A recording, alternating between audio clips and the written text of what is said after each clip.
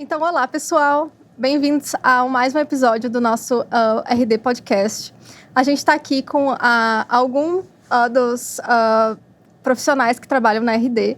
Né? A RD, lembrando, é uma escola que prepara o médico para uma carreira internacional. E prepara para estágios, inglês, networking, é toda uma comunidade, inclusive para as provas. Então, vamos começar apresentando, né, quem está aqui na mesa. Eu sou Gabriela Brandão, coordenadora do setor de estágios e pesquisa dentro da RD Medicine, e é um prazer estar aqui com vocês e trabalhar com esse grupo tão incrível. Então, agora eu queria que cada um se apresentasse, lembrando que todos que estão aqui estão em hospitais filiados a Harvard, mas esse podcast não é vinculado. Por favor, Levi, pode se apresentar para nós? Oi, gente, tudo bem? Obrigado, Gabi. Eu sou Levi, eu sou professor de neuro da RD. Eu estou fazendo aqui o match para neurologia, eu sou atualmente Research Fellow aqui em Boston. E é um prazer estar aqui, gente. Bom, olá, pessoal. Eu me chamo Vitor, eu sou professor de nefrologia da RD e também faço parte da equipe aí do VideoQ Bank. Como todo mundo aqui na mesa, também fazendo pesquisa aqui em Boston, e é um prazer estar falando com vocês hoje. E o Vitor está aplicando para neuro também, né? Isso, aplicando para neurologia também. Isso. Então, né? Isso. Oi, pessoal, meu nome é Gisele, sou professora também da RD, professora de Reproductive, e eu estou também fazendo pesquisa, Research Fellow aqui em Boston, e vou aplicar no próximo ciclo para Internal Medicine. Vai ser um prazer conversar com vocês hoje e apoiar vocês aí na trajetória dos estudos, né, para o USMLE. E aí, pessoal, eu sou Alexandre Pantaleão, eu sou monitor de questões na RD, eu sou estudante de medicina na UFMG lá no Brasil. Estou acabando agora um estágio de pesquisa de um ano aqui em Boston, assim como eles também. E é um prazer estar com vocês aqui hoje e falar um pouco mais. Eu fiz o Step 1 há mais ou menos uns 20 dias, então vai ser um prazer falar mais sobre esse processo e sobre a RD no geral. Oi, gente, meu nome é Verônica, eu sou médica formada em Salvador, Bahia. Tenho 6 meses e vim para cá, para Boston, como todo mundo, fazer pesquisa. Vou aplicar no futuro para Internal Medicine e estou muito animada para estar aqui falando com vocês. E sou embaixadora da RD Medicine, muito chique. Oi, gente, meu nome é Isabela, eu também sou embaixadora do RD Medicine e eu estou aqui em Boston fazendo pesquisa, estou fazendo pesquisa em cardiologia. Eu sou médica formada também há 6 meses na Espanha e estou iniciando agora meu processo de estudo para o Step 1, também com o RD, e muita sorte para todos nós nesse processo, vai dar certo. Sim, muito legal. Pessoal, eu queria só adicionar que eu estou fazendo pesquisa em cirurgia, aplicando para cirurgia. Talvez isso seja irrelevante para alguns que estão ouvindo a gente. Bom, então vamos falar um pouco do processo em geral, né? Eu acho que muita gente já ouviu falar, acho que muita gente tem algum entendimento, mas tem muitas pessoas que não sabem absolutamente nada sobre o processo. Eu queria pedir para o Vitor explicar para a gente um pouquinho de quais são as principais etapas desse processo, como que funciona, por exemplo, uma revalidação. Bom, vamos lá, gente. Um overview grande do processo, né? Em relação a provas, o que a gente pode esperar é o Step 1, que é uma prova de ciências mais básicas, mas com aplicação clínica. Eu acho que essa é uma grande marca de todo o processo. Tudo que a gente faz de prova é muito bem contextualizado em cada uma das etapas. A primeira dessas etapas costuma ser a etapa que mais amedronta todo mundo, né? Mesmo hoje em dia ela não tendo mais nota, tendo virado um pass ou um fail, ainda assim é uma etapa que é muito densa de conteúdos que às vezes a gente vê muito no iniciozinho da faculdade, mas que é uma prova muito bem contextualizada. Então é muito interessante quando você passa a estudar e realmente você fica estimulado, porque você começa a entender as grandes razões do porquê a gente faz o que a gente faz, ou entender melhor aquilo que você já pratica há tanto tempo. Esse é o Step 1. Uma vez que a gente passa do Step 1, a gente tem o Step 2, que é uma prova agora mais clínica, mas que ela tenta avaliar mais o teu raciocínio. Então é uma prova interessante que, ao invés de fazer perguntas muito diretas, ela pergunta passo a passo. Tudo bem, você tem esse paciente na sua frente, mas qual é o teu próximo melhor passo? Manejo. Qual que é o próximo passo do manejo desse doente, né? Então é uma prova que estimula muito o raciocínio. O Step 3, ele vai mais ou menos nessa mesma tendência, mas agora pedindo mais diagnóstico, com questões um pouquinho mais diretas. Lembrando que o Step 3, ele não é obrigatório para a gente conseguir o nosso MD, então ele não é obrigatório para a gente revalidar, mas ele é obrigatório para a gente fazer prática não supervisionada. Ou seja, quando a gente estiver na residência, a gente tem que dar um jeito de terminar ele, de preferência o quanto antes, né? Tem gente que, quando aplica para programas mais acadêmicos e tudo mais, prefere ter feito esse Step 3 um pouquinho antes, até porque ajuda com alguns tipos de visto, que eu acho que a gente vai falar um pouquinho mais sobre depois, né? E por último, né, gente, o OET, que é a nossa prova de inglês, é uma prova para avaliar a proficiência, realmente. Uma coisa muito interessante do OIT que eu não sabia é que ele ensina você meio que fazer um discharge note, né? Ou seja, um bilhetinho de alta, né? A nota de alta que a gente faz no Brasil. Não vai ser aquelas altas trabalhosíssimas, super longas da clínica médica. É uma coisa muito objetiva, acho que como tudo aqui, né? Mas é bem interessante você aprender os trejeitos da comunicação médica aqui no país. E é uma prova também muito tranquila, uma prova só de linguagens, que não conta tanto na classificação da gente, mas que definitivamente é algo que vale a pena a gente se preparar. Perfeito. Só acrescentando nesse ponto, uma coisa que o Vitor falou que eu achei muito importante foi essa questão de como que a gente melhora na nossa prática médica estudando para os STEPs. Sim. Nossa, eu lembro que muitas vezes eu estava fazendo questões e muitas vezes eu pegava uma questão e no dia seguinte eu vinha um caso igual. Sim. E só você sabia. Exato, exatamente. E é muito interessante como o jeito que as pessoas estudam aqui, como eles não focam tanto em vamos fazer só aquele decoreba. Geralmente é uma coisa bem contextualizada. Tenta contextualizar, né? É muito bacana. Sim. Enfim, eu acho que mesmo que você não vá para os Estados Unidos, Exato. eu acho que ainda assim é muito proveitoso estar estudando para a prova daqui. E tu consegue adicionar pra gente, Levi, mais ou menos o que cai em cada prova? Assim, o Vitor passou por cima, né? O Step 1 é um pouco mais básico, mas assim, o que o aluno pode esperar de cada prova? E assim, precisa fazer simulado, não? Onde que faz cada prova? Tá, tudo bem. Eu vou dar aqui uma resumida, porque são muitos assuntos, né? É, claro. Mas o Step 1, ele foca principalmente no ciclo básico, então ele vai perguntar dados mais sobre fisiopatologia, imunologia, vai perguntar muita coisa sobre aplicação de conceitos patológicos em doenças que a gente vê no dia a dia. Então, como funciona o coma hiperglicêmico, quais são as reações químicas mecanismo envolvidas. mesmo, né? Exato. Isso. Total. É bem contextualizado, até as partes que são difíceis de contextualizar, como bioquímica, Eles conseguem. Me impressionou É muito bem bastante. feito, muito bem feito.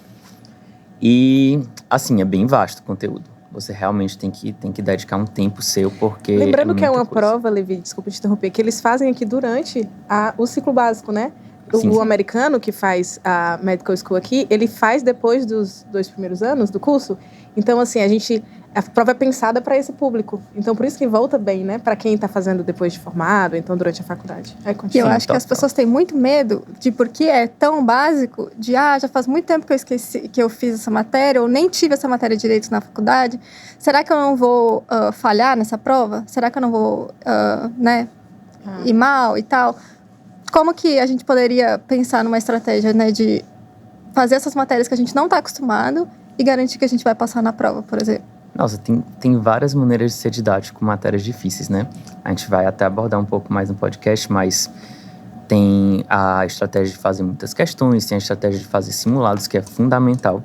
Eu ia chegar depois nesse ponto, mas já que foi colocado, sim, é fundamental você tá quantificando como é que está sendo o seu progresso. Então, fazer simulado, fazer questão, fazer flashcard é crítico, se você quer passar aqui.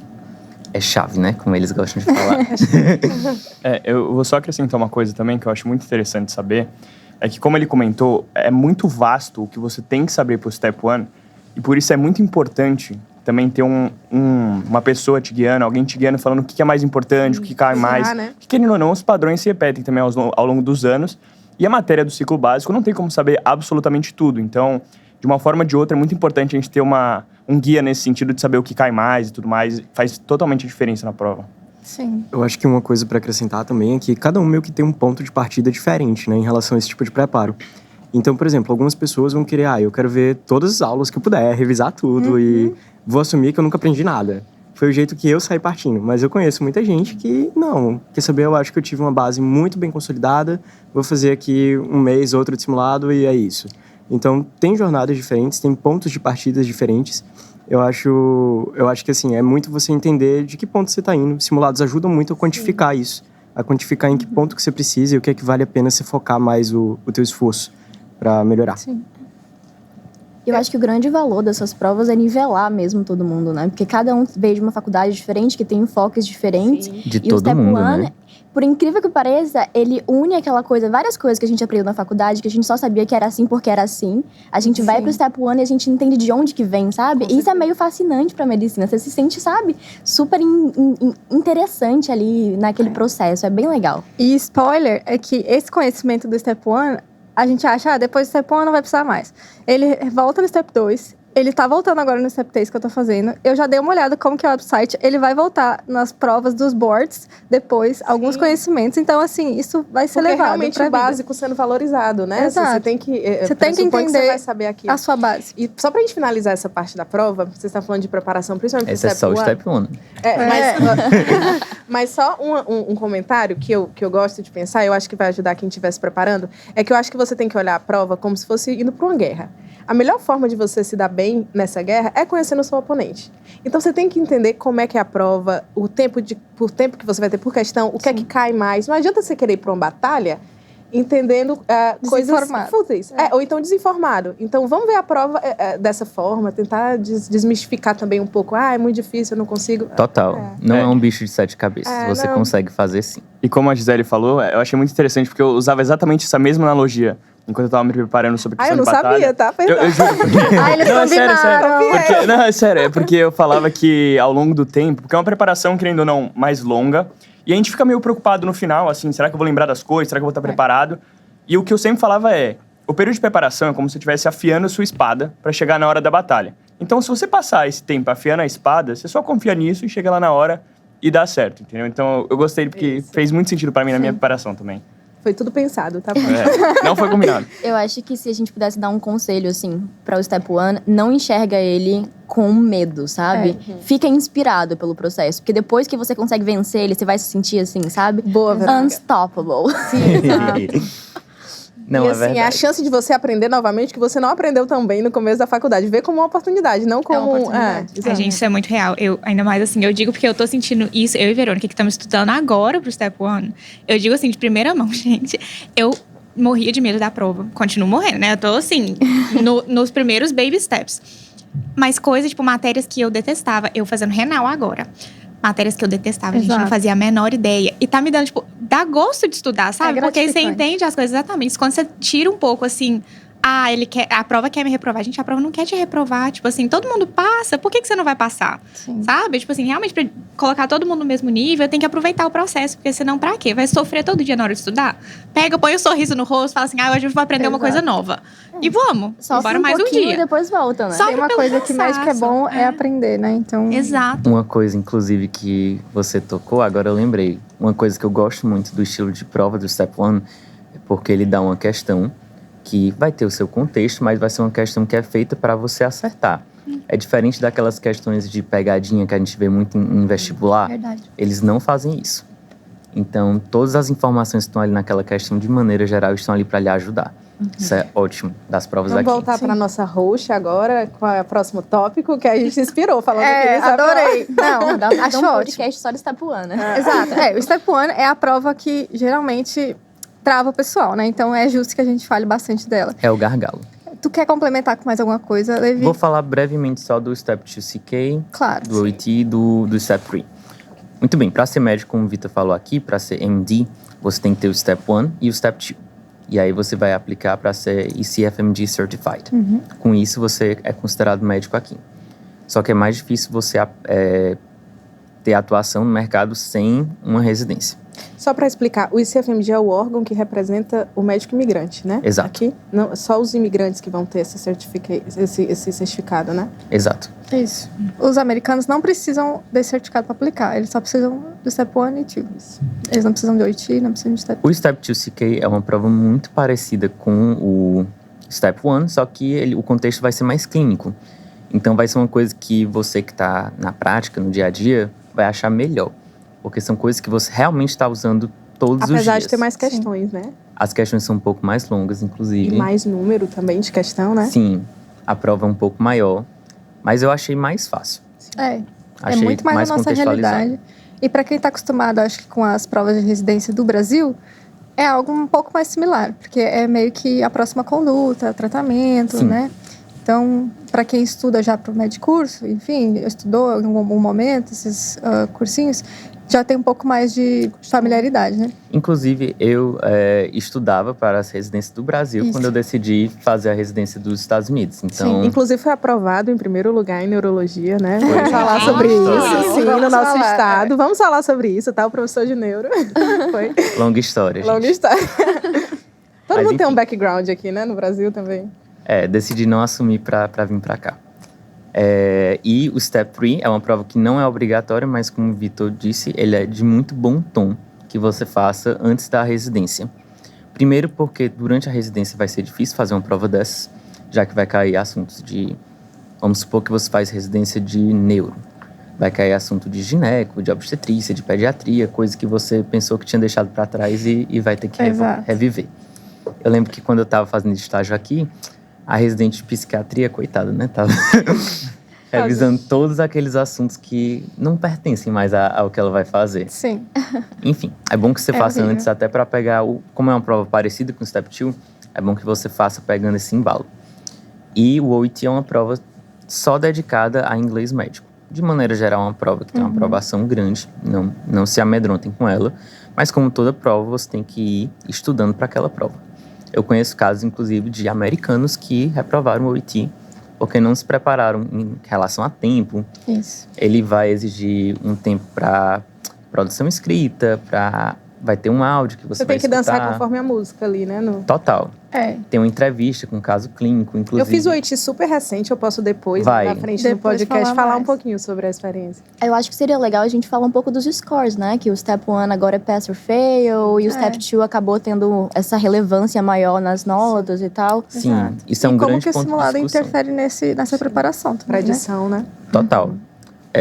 O Step 1, antigamente, ele tinha um peso muito maior para o imigrante, porque quanto maior fosse sua nota, maior a chance de você parar num lugar bom aqui.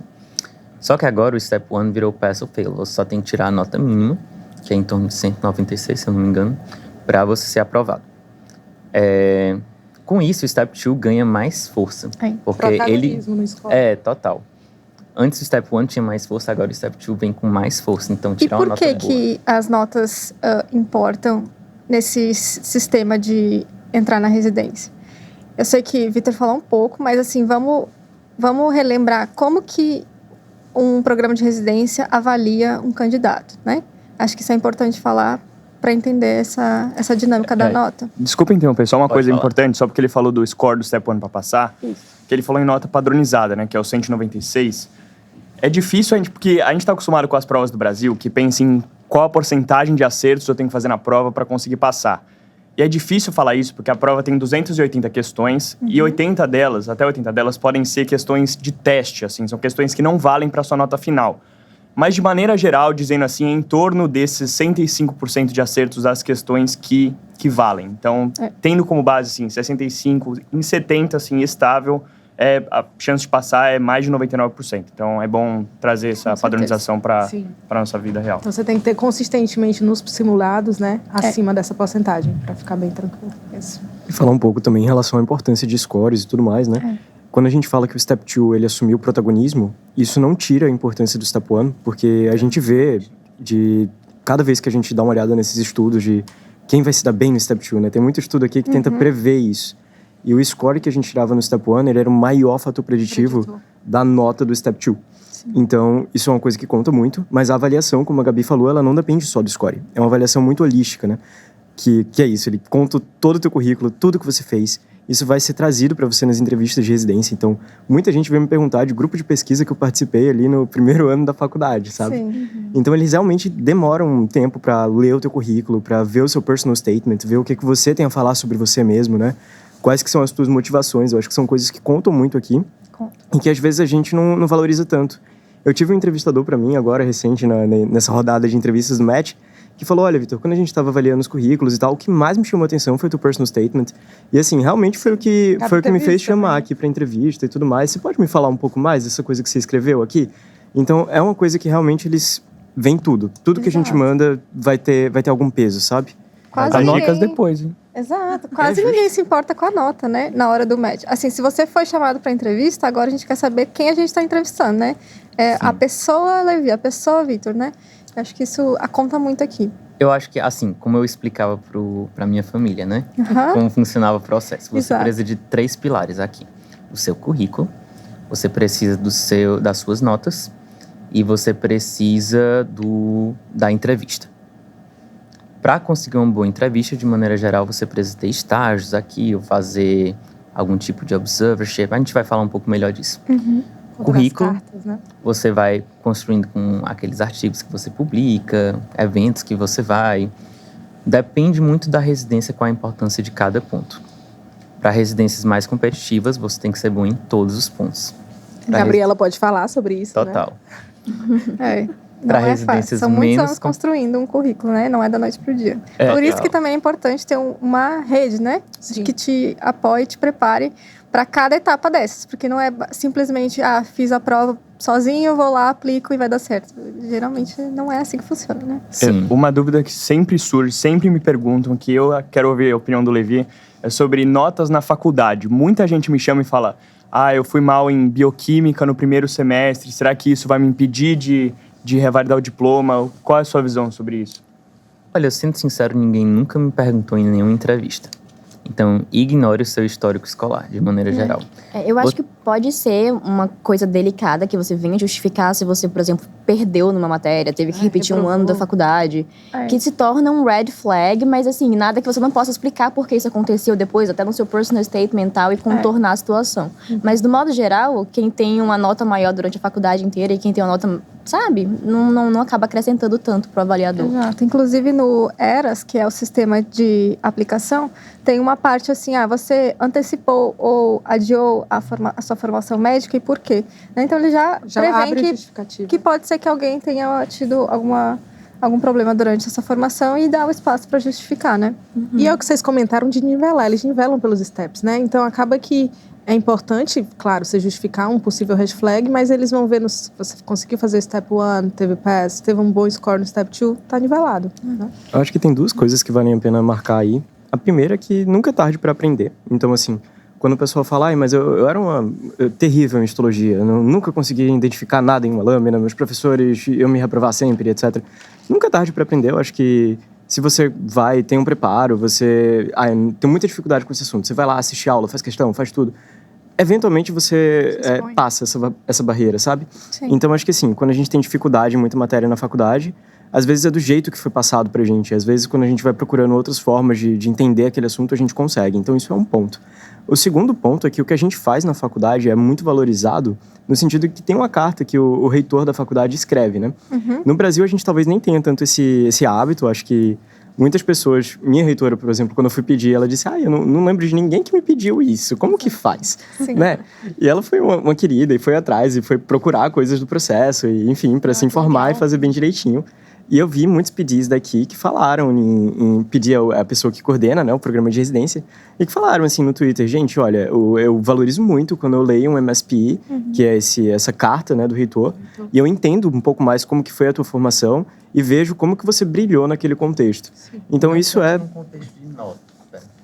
Não tanto no contexto de nota, sabe? Mas no contexto de o que você fez Engajamento, né? Exato. Tipo, você participou de projetos, você participou de associações com pacientes, você participou de alguma coisa que vai trazer relevância para você no nosso programa.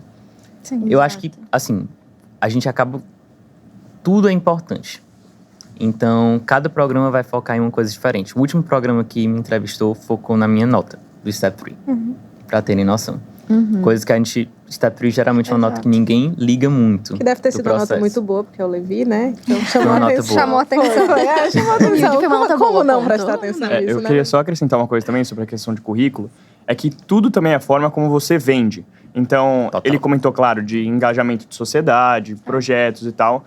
Mas assim, participou do diretório acadêmico, participou até de atlética. Tudo se você souber vender como uma experiência de Você é liderança, uma pessoa real, gestão né? de que você pessoas. viveu. Exatamente. Tudo isso agrega de alguma forma para eles. Porque eles não querem só uma pessoa que saiba medicina. Tem muita gente que sabe medicina por aqui concorrendo pela mesma vaga.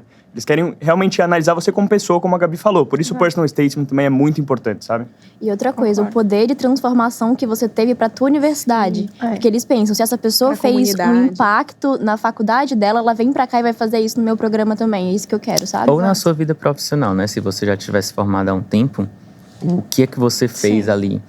Muita gente, a gente tende a não falar das experiências pós-formado porque a gente tende a ver como negativo para o processo. Mas não é. Quanto mais você tem a acrescentar para o programa, melhor. Então, a sua experiência profissional também conta.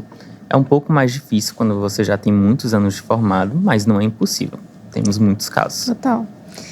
Bom, e eu acho que, assim, talvez algumas pessoas ainda tenham medo dessa prova, né, da primeira prova.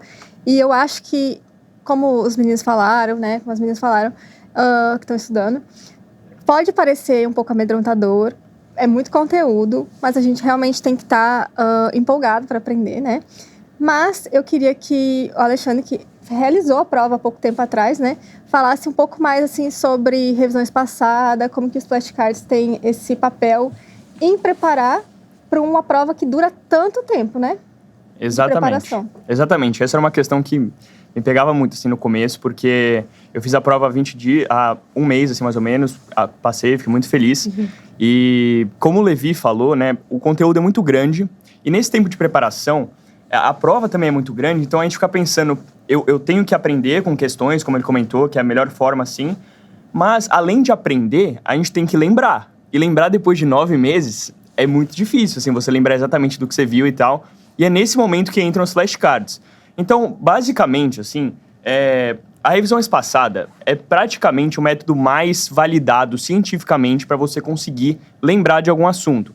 Então, eu não sei se vocês já viram, existe uma curva muito famosa que chama curva de Ebbinghaus, em que basicamente, se você aprende alguma coisa e não estuda mais ao longo do tempo, o quanto você lembra daquilo vai decaindo com o tempo.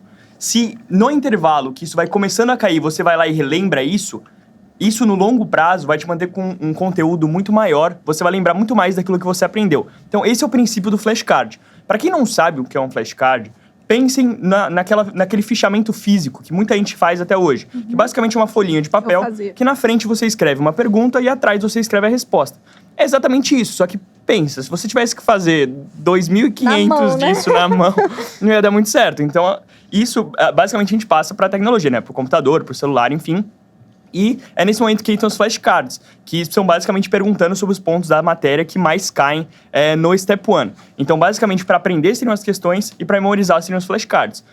A principal ferramenta que existiu até hoje e tudo mais para fazer os flashcards era o Anki. O Anki utiliza o mesmo algoritmo da revisão espaçada e tudo mais, mas existe um problema intrínseco no Anki, que não é um problema dele em si, mas do quanto ele é user-friendly, que a gente fala, né? É muito difícil de você se acostumar a usar o Anki, porque tem muita ferramenta que você não sabe exatamente como usar. Assim, eu, pessoalmente, usei só o mínimo que eu precisava e conseguia. Mesmo assim, não entendia muita coisa. Acabei só copiando um monte de configuração que eu nem sabia para que servia. Eu simplesmente só fui lá, assim, sabe?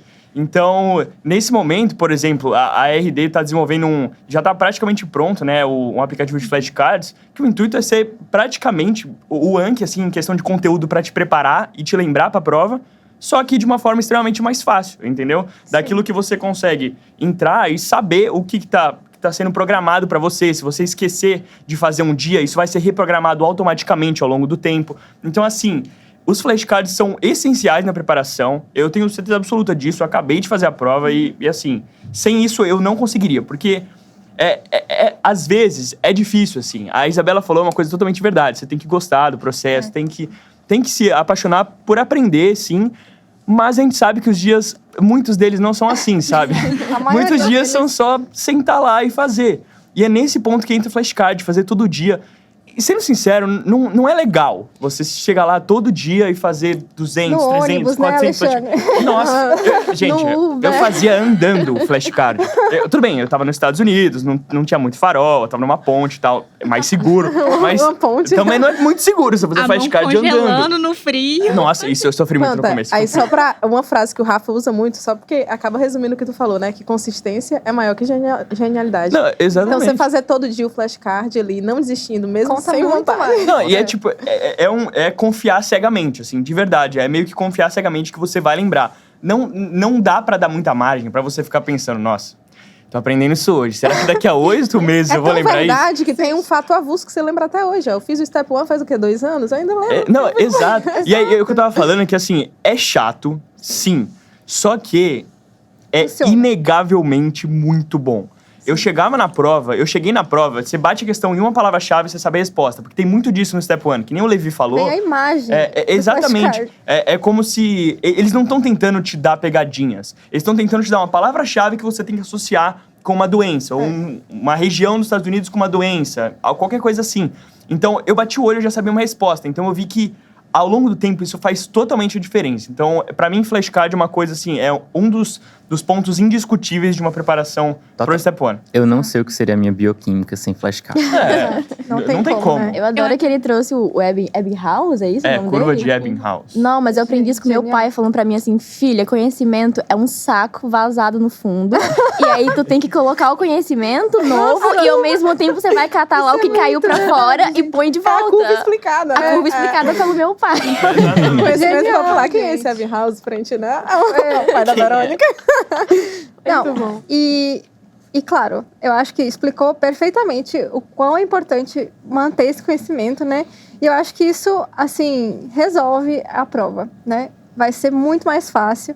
Mas a gente falou que não é só de prova que vive a residência, né? Infelizmente, né? Precisa das tais cartas de recomendação. Então, eu queria que a Isa pudesse explicar para nós um pouquinho, assim, que tipo de carta vem nos estágios, qual é a diferença desses estágios? Eu preciso de um estágio para aplicar, né? Assim, como que Certo. é Vamos nesse lá. processo? O tema. Assim, essa é a parte um pouco mais divertida, né? Do que Exato. sentar 8 horas por dia Muito. e estudar. Pelo menos você tem um pouco de contato ali. E assim, manter o basicão, que a maioria das pessoas já ouviu falar dos nomes, pelo menos, que tem assim, o observership e o clerkship, né? Uhum. A grande diferença, assim, de termos, para qual que eu posso fazer? Gente, o clerkship é literalmente o nosso internato. Você pegar ali 2 meses, 1 mês, 2 meses, 3 meses do seu internato. Às vezes, no Brasil tem muito disso do internato optativo, né? Que O você eletivo, pode... né? Eletivo, No Ceará a isso, gente tá? chama eletivo. Eletivo. Na Espanha, enfim, formei na Espanha, não existia tanto essa possibilidade. Lá a gente tem 1 ano só de internato, gente, as diferenças. Mas no Brasil, como você tem mais tempo, é mais fácil você se programar para pegar, por exemplo, esse seu eletivo e vir fazer nos Estados Unidos. Porque você tem que ser um estudante de medicina, você tem que ser estudante para fazer o clerkship, isso, gente. Para você poder vir para cá como um estudante de medicina. É basicamente o que o estudante daqui vai fazer no hospital. E assim, de certa forma, entende-se que é um pouco mais prático, né? Você vai vir, vai realmente fazer o papel do estudante e ali fazer o hands-on, que eles falam. É muito prática. O clerkship. Que, assim, tem que... Depende da sua questão financeira também, porque costuma ser pago, gente. Vocês sabem que o custo da educação médica nos Estados Unidos é muito diferente do que a gente está acostumado. E, obviamente, para você vir como um estudante de medicina, você vai ter que desembolsar também. Nada que com organização financeira, obviamente, não seja possível organizar. Mas, ao mesmo tempo, como você vai ter mais prática, né? E às vezes mais tempo, inclusive, a carta de recomendação, às vezes, também vai vir mais floreada, mais bonita. É um investimento, extensa. né? É um custo, investimento. mas Se você tem essa retorna. possibilidade, claro. Mas aí você fala, gente, já formei igual eu. Eu mesmo formei, já vim decidir fazer Step 1 agora 6 meses depois de formada. Eu falei assim, perdi minha brecha. Tipo assim, e agora? Não, gente, não acabou. Tipo assim, o clerkship tá maravilha, existe essa possibilidade. Mas a ideia do observership, que é literalmente você virar shadow de um médico. É você ir ali, o médicozinho atrás, andando com ele o dia inteiro. Que isso, o Observer você pode fazer em qualquer momento. Inclusive, tem gente aqui em Boston que veio, assim, 3º período da faculdade, 2º período já tá vindo. Eu acho que, assim, minha ressalva é vir com um pouco de bom senso. Porque você estaria fazendo prática clínica no seu 2º período de faculdade? Assim, provavelmente não. Você ainda tem muita coisa para aprender, né? Então, acho que tem que aproveitar a oportunidade. Vamos supor, você tem que investir esse dinheiro para vir fazer um observership, se manter nos Estados Unidos 1 mês. Gente, vem com um pouquinho mais de conhecimento, de preparação, para não perder a oportunidade, carta, né? Que você precisa da carta de recomendação, tu vai Você pedir vai a carta mostrar depois de 4 muito anos. conhecimento nas perguntas, Exato. já que você não pode tocar, então é bom que você esteja maduro. Seja maduro, isso mesmo, é questão de maturidade mesmo. E depois de formado, você também pode fazer da mesma forma. Você vem como médico, inclusive conheço várias pessoas vindo, já especialistas no seu país, falam, não, quero ter essa experiência, vem 1 mês.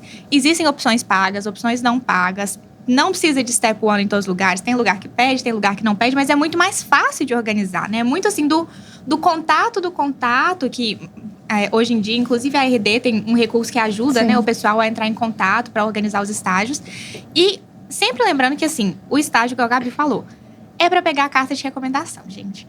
Você não tá indo ali pra aprender a medicina. Você tá ali pra mostrar que você sabe. Tem que vir, assim, preparado Mostrar mesmo. que você eles quer sabem saber, disso né? também. Mostrar interesse, que você quer saber. Que você tá ali pra, tipo assim, terminar de consolidar o que você já sabe. Porque, assim, a aula prática, a aula teórica você já teve, né? Agora a prática você vem pra mostrar interesse. A história, né? O clássico que todo mundo fala é chegar antes de todo mundo, sair depois de todo mundo, tá ali com as perguntas inteligentes na ponta da língua, ter...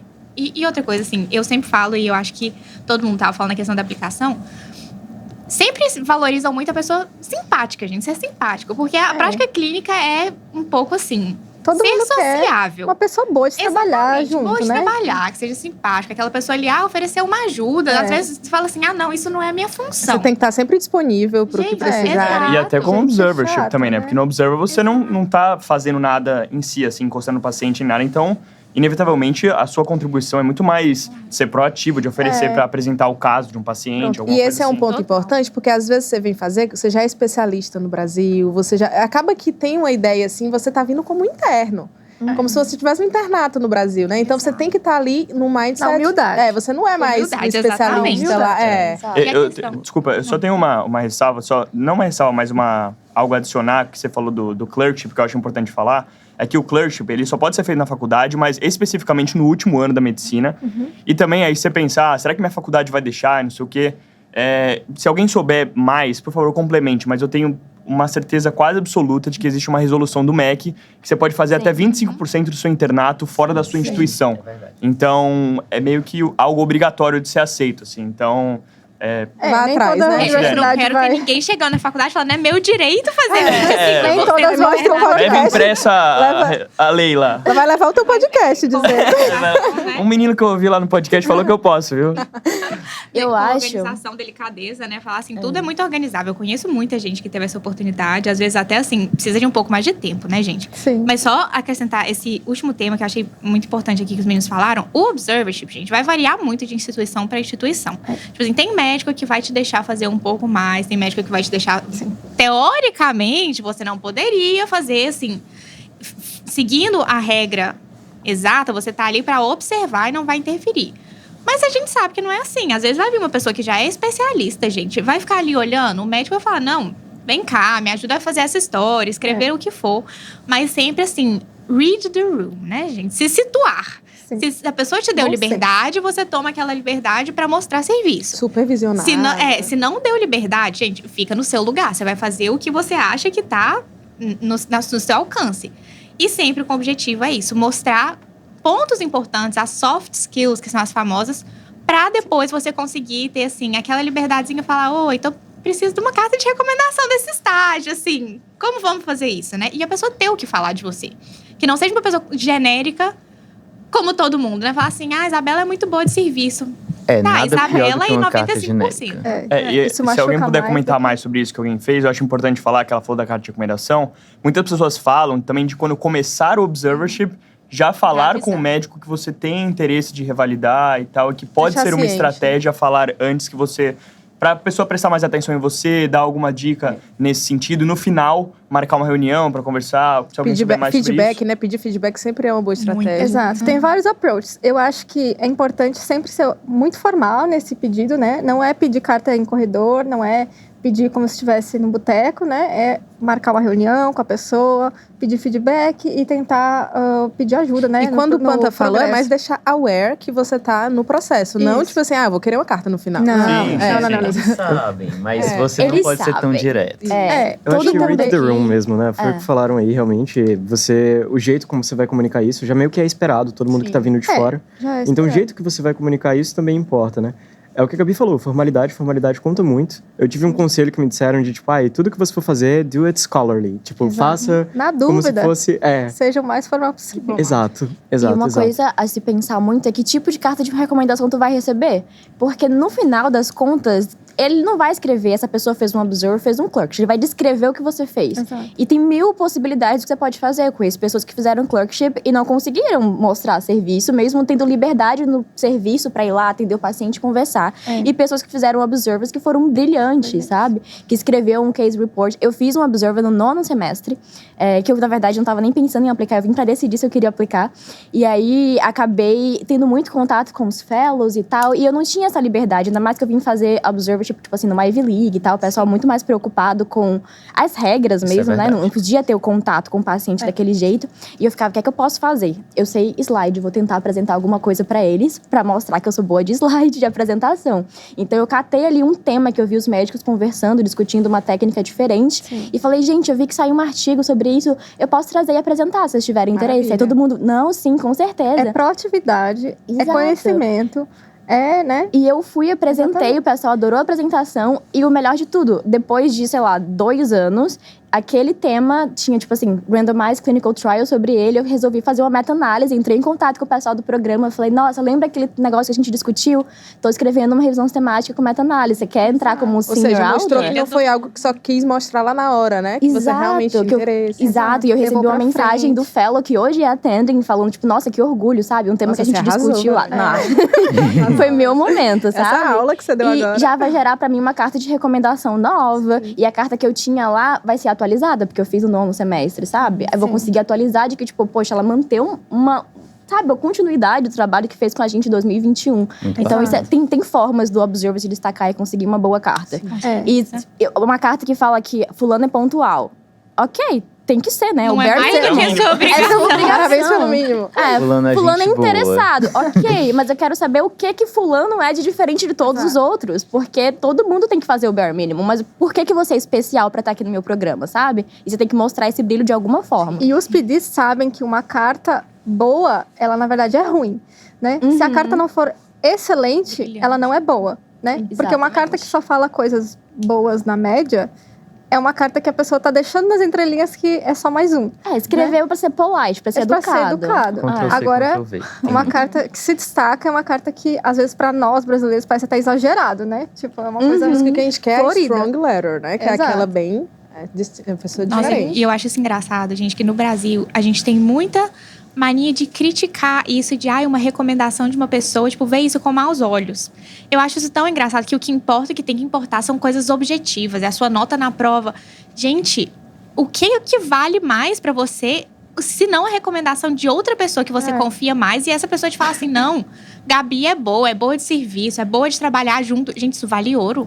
Eu não sei porque que a gente tem esse preconceito a gente vai de trabalhar falar... com pessoas, né? Exato, não tem porquê. de aceitar o valor disso, sabe? Assim, falar, nossa, mas isso é um pouco, não sei, essa coisa é meio esquisita. Eu preferia que fosse mais objetivo, com a nota mais alta. Gente, não, no final não é a nota da prova que tá indo ali ver paciente, sabe? Assim, é a pessoa por trás. E é um tempo muito grande também, né? Não só para residência, mas para pesquisa, por exemplo, que o pessoal costuma passar 6 meses, 1 ano. Pensem que às vezes a pessoa não te conhece mesmo, assim. É difícil você conseguir mostrar quem é você, às vezes escrevendo um personal statement ou em uma entrevista de 1 hora, sabe? A pessoa não consegue te conhecer assim. Você nunca vai conseguir. Aí vem uma pessoa que a pessoa confia, uma pessoa de renome, algo assim, de uma instituição também conhecida, que você vai lá, passou 1 mês trabalhando e tudo mais, isso conta muito para as pessoas. Então, Sim. E no fim das contas, não importa como você se sente sobre isso. O QI nos Estados Unidos importa, que é o quem indica. E é por isso que a RD traz, tipo, vários programas pra te ajudar a fazer networking, mentoria. Não é só pegar uma carta de recomendação e sair correndo. Aquela pessoa pode ser o mentor, que vai ligar pra um programa e falar, olha, abre a aplicação aí da Gisele, que ela é maravilhosa. Às vezes ele só vai ler sua aplicação porque ele sentiu que alguém indicou. Talvez você tenha... E a ligação é muito importante, uma coisa que é pouco e-mail. falado, assim, sobre o processo de residência, de que as pessoas... Não é só escrever uma carta de recomendação. É muito influente as pessoas ligando mesmo pros PDs, né? Os Program Directors. Ou seja, você tem que encontrar alguém que advogue pra você. É literalmente isso. Pra ligar e falar, olha, eu conheço essa pessoa, ela trabalhou comigo e ela é uma boa pessoa de se ter no seu ambiente de trabalho. Então, chama ela pra uma entrevista, entendeu? Especialmente em especialidades mais competitivas, que geralmente existe esse filtro, né, pros IMGs, que são, né, os International Medical Graduates. Se não tem alguém mandando um e-mail, se não tem alguém ligando, eles não vão nem olhar o quão maravilhoso é essa aplicação. Então, na verdade, é o networking, né? Especialmente para essas especialidades. Eu acho Mas que... uma coisa que eu já ouvi falar também, desculpa, Levi. Pode ir. Assim, o conhecimento médico, esses hospitais, eles vão te fornecer, né? Eles vão te fazer um treinamento e eles confiam no treinamento deles. O que eles não vão fazer é você ter caráter, você ter humildade, né? Então, eles precisam... uma pessoa boa de interagir. Trabalhar em uma equipe. pessoa bondosa, Valorizam humilde. Isso, eles não conseguem fazer. Então, essa é a seleção mais importante para eles. Porque o conhecimento, eles vão fornecer, eles se garantem, né? Então, assim, a nota é só para saber se você é capaz de fazer uma prova, né? Mas, assim, não vai ser a virada de chave, realmente. Não, o que eu ia só complementando é que uma nota intermediária com uma carta de recomendação boa vale muito mais do que uma nota excelente e uma carta de recomendação intermediária. Uma vez que você passa do corte da nota, o networking vale muito mais. Eu também acho. Eu vivi isso nessa aplicação, realmente. E A só importância trazer desse... um adendo dessa questão, que geralmente, gente, você não vê essa carta, né? Na hora da aplicação, a pessoa que escreveu a carta, você tem que confiar cegamente que a sua interação com essa pessoa, que ele, assim, vai realmente advogar por você, igual a Gisele falou, porque você não vai ver essa carta. Sim. Você tem que confiar que ele vai realmente lá atrás, e às vezes, assim, eu infelizmente conheço pessoas que com tudo pronto, tudo feito, bonitinho, nota boa na prova, a gente foi chamada para uma ou nenhuma entrevistas, você fala assim, o que será que tem de esquisito nessa aplicação? Será que não é uma carta de recomendação questionável? Será que não foi, assim, naquela parte ali do soft skill que a pessoa penou e não se preparou? Pessoas que chegam também na entrevista, porque tiveram cartas boas, enfim, fizeram anos de pesquisa e tal, e chega na hora da entrevista e não conseguem mostrar, assim, o ser humano, né, por trás daquele currículo. E eu acho que os alunos da RD são muito privilegiados de terem um programa que vai buscar por eles, né, e ajudar nessa preparação dos estágios, vai ajudar nessa preparação para conseguir ou um clerk, um observer. Mas eu queria que a Gisele contasse, porque conseguiu recentemente, como que pode, uma pessoa que está nos ouvindo, como que funciona, assim, para conseguir esses estágios, né? O que um aluno poderia fazer para conseguir? Interessante. Eu passei agora por uma busca longa e, basicamente, a minha dica é que você, primeiro, foca em qual especialidade você vai aplicar e pense nos departamentos, né? Todos os hospitais aqui têm sites bem divididos, explicando o departamento. Você está atrás de uma posição de pesquisa? Então, por exemplo, dá uma olhada nos departamentos de pesquisa dos principais hospitais que você vê em mente, vai fazendo uma lista. E a dica que eu dou é procurar com quem que você vai querer se conectar. Porque, como a gente disse, a gente precisa de alguém que advogue com você. Quem é que vai ser a pessoa que vai advogar com você? Você vai atrás do PI, por exemplo, o Principal Investigator, do pesquisador. Busca o e-mail. Ou geralmente, se for estágio, a pessoa que você vai acompanhar. Ou a pessoa que você busca acompanhar, um attending no hospital, né, em paralelo. E aí, nos sites oficiais, geralmente tem e-mails institucionais, certo? É muito importante você buscar o e-mail certo. Geralmente é o que está... Só um adendo muito importante, que isso, as pessoas realmente falam muito pouco sobre isso, que quando o e-mail não tem no site da instituição, uma forma muito boa de você conseguir achar é em artigos que a pessoa é ou o primeiro autor ou o último autor. Eu ia chegar lá. Eles têm que ser o corresponding author. Porque um dos pontos vai ser assim, vou focar no exemplo da pesquisa, mas faz um paralelo pro do estágio, né? Se você buscou um PI que você gostou do que ele trabalha, você vai, gente, estudar o que é que ele publica. Você vai tentar entender. Mas dá trabalho. Dá trabalho mesmo. Mas por quê? Porque você tem que entender realmente a pessoa, ver um artigo que ele foi autor correspondente, checa o e-mail, aí você vai mandar um e-mail, porque a principal forma de se conectar é por e-mail. Eles usam muito formais, aqui. gente. Ninguém mandando DM no Instagram. Não, por favor, gente. Não existe isso. Você vai mandar um e-mail e o e-mail é o seu cartão de visita. Eu acho que a dica que eu daria é fazer um e-mail bem feito, em inglês, claro, né? Se apresentando. E o importante é você não fazer um e-mail genérico. Porque ninguém aqui... imagina, eles recebem vários e-mails. Eles vão entender quando é um e-mail genérico. Ele precisa entender que você sabe com quem você está falando e você admira aquela pessoa. Então, assim, doutor fulano, eu vi suas publicações sobre isso, é um assunto que me interessa, principalmente essa daqui. Então, vai entendendo. E você também tem que se explicar um pouquinho, mas sem tirar o protagonismo de que você admira a pessoa, entendeu? Você está interessando... Porque às vezes a gente faz um e-mail falando de você. Porque eu vim lá e fiz aquilo. Eu já vi né? gente falando, não, porque é meu sonho. Aí eu fico, ok, guarda isso pra sua personal, pro seu personal statement. Não importa se é seu sonho. O que é que você vai fazer lá, sabe? Por que você quer fazer esse estágio de maneira objetiva pra sua carreira no futuro? E por que vocês são uma boa Isso, relação, por que né? Exato. então a minha dica, e Achar inclusive, common ground também, né? inclusive Tipo, a Gabriela me coisas que os ajudou dois muito fizeram. nessa Perdão, minha... pode continuar. Tudo bem. A Gabriela me ajudou muito nesse momento que eu mandei vários e-mails e consegui algumas entrevistas, tá, gente, para pesquisa. E eu fiz exatamente isso. Um e-mail não tão longo, porque a pessoa é ocupada. Não tão curto, porque você tá querendo também mostrar que gosta da pessoa. É tudo a ciência ali. E se você tiver um bom CV, um CV resumido, um CV que vai te ajudar, No padrão coloca um americano, CV... nada de lattes, né? Nada de Pelo amor lattes, Nada de Deus. foto. Nada de Página. foto. Não precisa ser um CV muito curtinho, mas também não precisa... enfim, a RD dá um suporte também A sobre gente isso. prepara, Mentoria né? para ver o CV é muito importante. Porque se for um CV que vai te atrapalhar, é melhor nem botar, né? Exato. É melhor colocar o que vai te ajudar. E aí, eu mandei vários desses e-mails. E o título, o assunto do subject, e-mail. o assunto do e-mail é também importante. Geralmente eu colocava assim, me conectando com uma inspiração na pesquisa. Ou algo que você puxe também a pessoa. Não é só, tipo assim, a oportunidade genérica. Entendeu? E aí você manda, e vários PIs mesmo chegaram a responder meu e-mail dizendo assim, nossa, vai ser um prazer me conectar com você. Vamos marcar um café, vamos marcar um meeting. E aí eu consegui essa minha pesquisa, que eu vou iniciar agora em abril, né? Mas eu tive algumas entrevistas só mandando e-mail. Então, assim, agora sim, foram vários e-mails. Os bastidores ninguém diz, né? Foram quase 100 e-mails. Eu já mandei também 100 e-mails pra E vocês têm que se acostumar que às vezes você não vai ser respondido. Porque eles têm muita demanda. Às vezes seu e-mail foi pro spam. Você tá lá no spam Perdido. eternamente. Perdido. Mas assim, essa é a dica que eu daria pro estágio similar, né? No caso, não seria o PI, você procuraria um attending, tentaria entender um pouco da história desse attending e fazer ele se sentir especial, porque na verdade eles são. E se você quer que uma pessoa advogue por você, você tem que ser fã dela, né?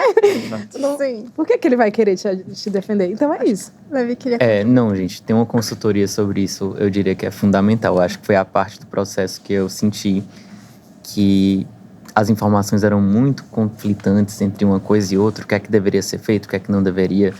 Então, assim, eu adoraria, na minha época, ter um serviço como o da RD, nesse momento. Com a Gabi. Com a Gabi. Não, Só, Gabi maravilhosa. a Gabi, ela foi modesta aqui, mas ela é coordenadora do setor de estágios e ela que E a gente ela tem assim alguns sucessos ajuda aí. todo mundo, juro. E eu tô falando aqui, né? Ela perguntou assim, Gisele, quais suas dicas? São dicas que eu aprendi com ela. Tudo que a gente fala aqui, a gente aprende com a Gabi. Botando na prática, né? Botando na prática. Pra mostrar que tem algumas coisas que funcionam. E tem coisas que, assim, é difícil botar regras, né? Mas os e-mails do americano, eles têm um jeito de se comunicar que é muito específico, né? Então, o jeito que você abre o e-mail... abre o e-mail no sentido de começa o e-mail, a escrita é sempre do mesmo jeito, o final é sempre do mesmo jeito.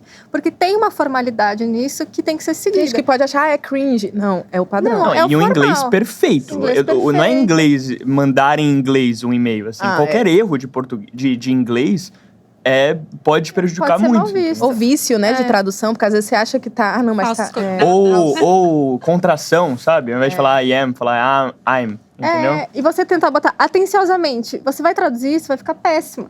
Mas assim, o nosso atenciosamente, no formal português, existe um equivalente no inglês. Então, é esse tipo de coisa que às vezes não tem como, né, a pessoa adivinhar. Então, é bom alguém que já conhece. Uma Até uma- dica que eu vejo poucas pessoas falando sobre, eu dava uma stalkeada na pessoa que eu ia mandar e-mail antes. Eu sou super stalker. Abria Essa é a o regra. Twitter e olhar o que a pessoa fazia. E se a pessoa LinkedIn. tinha um histórico de ser um bom mentor, se eu via os residentes comentando, nossa, esse mentor mudou minha vida, não sei o quê, eu penso já que é uma pessoa com essa idealização Abertura. educativa, que gosta de ensinar, que tem essa disposição a mais, sabe? Sim. Então você vai certeiro, tem que ser estratégico. Essa pessoa que eu sei que tem mais predisposição de ser um mentor no futuro, isso é muito importante, porque às vezes tem gente que não tá muito interessado, sabe? Sim.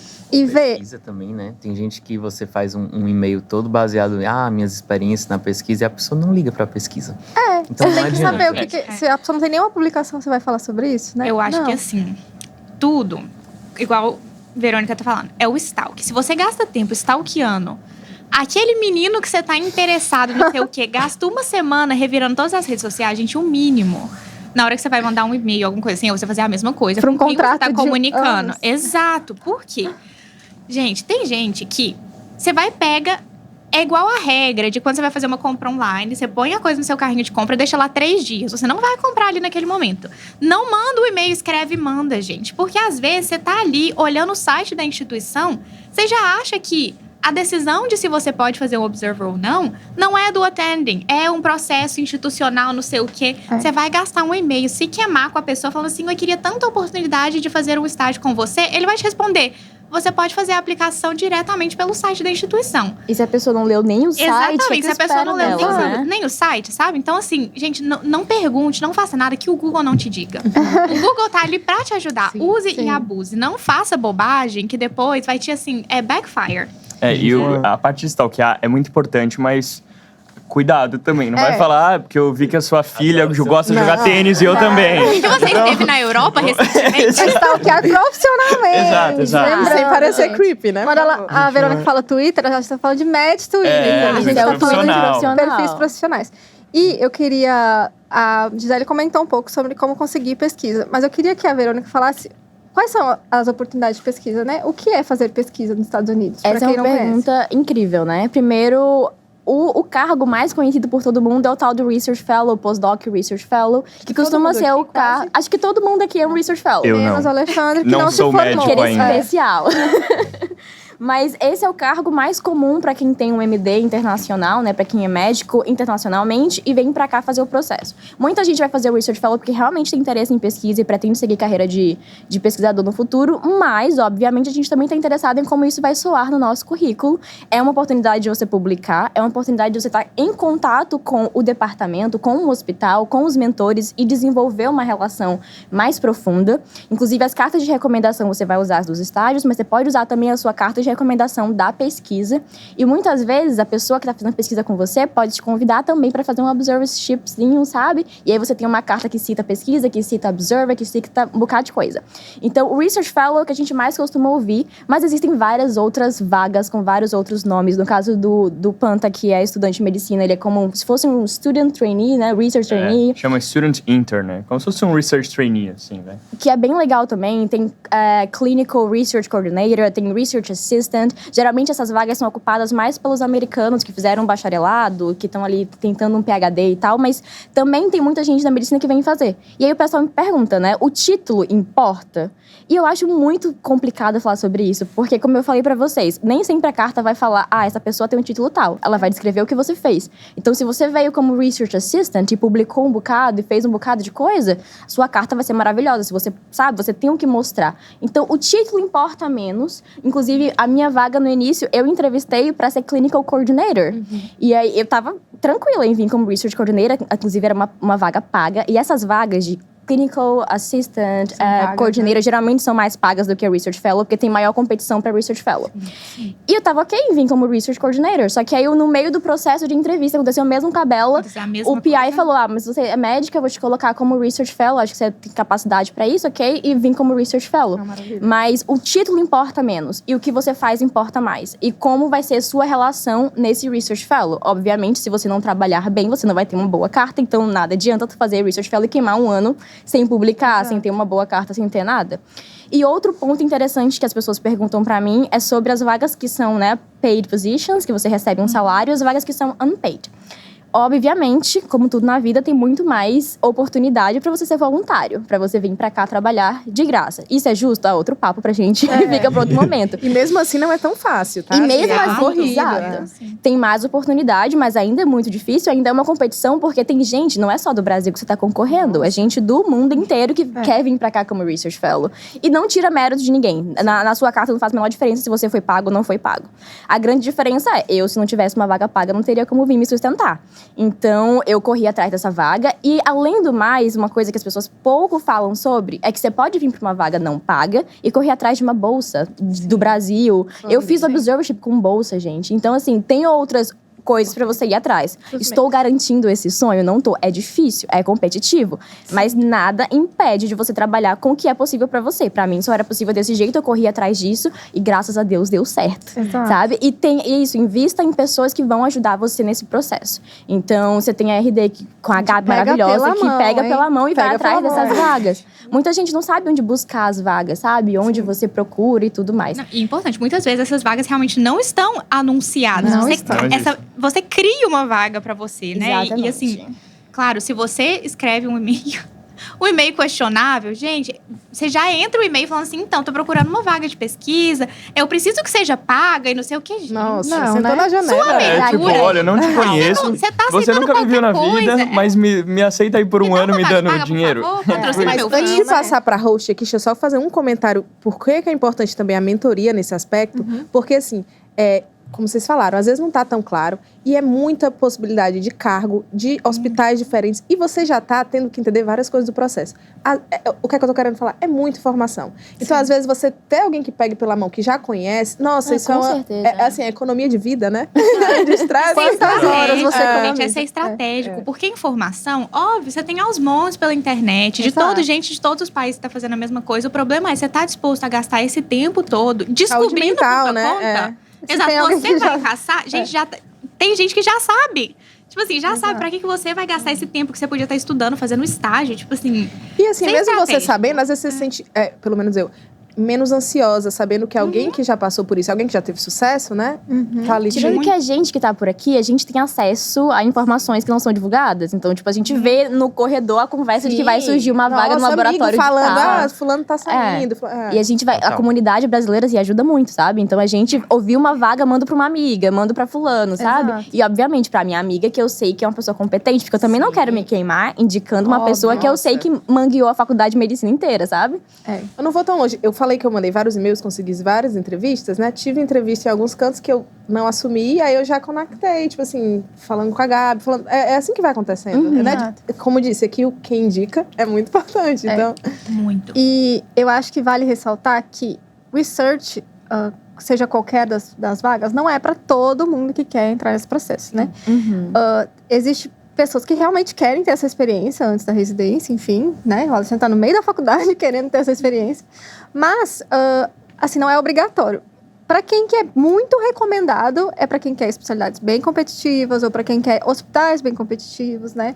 Então, para essas pessoas vale a pena, porque, que nem a Verônica falou, é 1 ano de networking, né? Assim, você fica literalmente 1 ano sendo conhecida por uma pessoa que, com certeza, se você fizer um bom trabalho, vai ligar para um serviço, uma pessoa que vai mandar um Exato. e-mail, que vai advogar por você. Então, Isso. esse é o valor dessa A experiência. questão também de você gostar de pesquisa, né, gente? Porque assim, também. é um não ano. minta. Claro, você tem que ter um mínimo de afinidade, porque todo mundo, Research Fellow pra colocar no currículo. Gente, não é colocar lá no currículo, fiz 1, 2 anos de Research Fellow que vai mudar a vida de ninguém. Você chega aqui e... Exato, às vezes é mais fácil você gastar ali, tira 6 meses tranquilo no Brasil, tem a quantidade de curso no Brasil que tem pra você aprender a fazer suas próprias pesquisas em casa. Você não precisa estar aqui nos Estados Unidos pra fazer pesquisa. Então, se você tá vindo, é porque você tem um ulterior motive, Exato. né? Uma por coisa exemplo, a é meta-análise, né? Que você não precisa não precisa estar Exato, vinculada. gente. Isabela veio assim, né? Eu vim sim. E eu, principalmente, eu digo porque, assim, Experiência eu vim própria. fazer pesquisa porque eu quero fazer pesquisa. Gente, meu plano era ir fazer um PhD depois, porque eu quero fazer pesquisa for a Da living, vida, da minha carreira de pesquisa.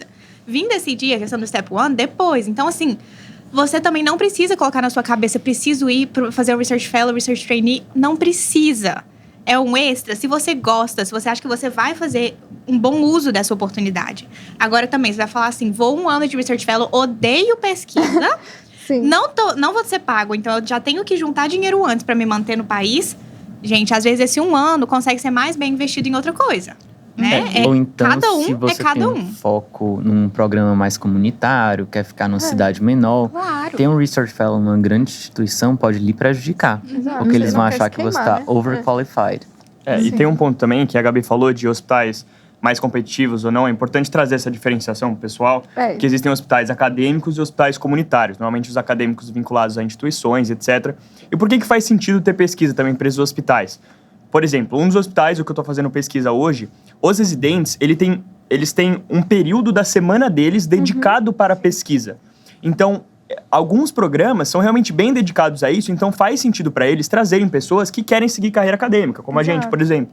Então, é importante para o currículo, mas muitas vezes pro programa em si também é muito importante, porque tem um período dedicado para isso, sabe? E, inclusive, o financeiro deles, muitas vezes, depende de uma boa parte dos grants que vem de pesquisa, Exato. né? É o que mantém... E uma coisa que eu vou falar que fica até no arquivo confidencial, que foi uma conversa que eu tive, abrindo pra todo mundo, uma conversa que eu tive com o PD, um Program Director de um programa de residência. Eu tava decidindo se eu ia fazer Research Fellow depois. Eu tenho muito interesse em carreira acadêmica, então, tipo, é uma coisa que eu queria fazer. Sim. Mas a gente sabe que, tipo, ser fresh grad, ou seja, terminou a faculdade, aplicou de vez, é muito bem visto para os programas. Obviamente, se você tem tempo de formado, ainda tem muitas possibilidades, mas quanto mais fresco você é da faculdade, melhor.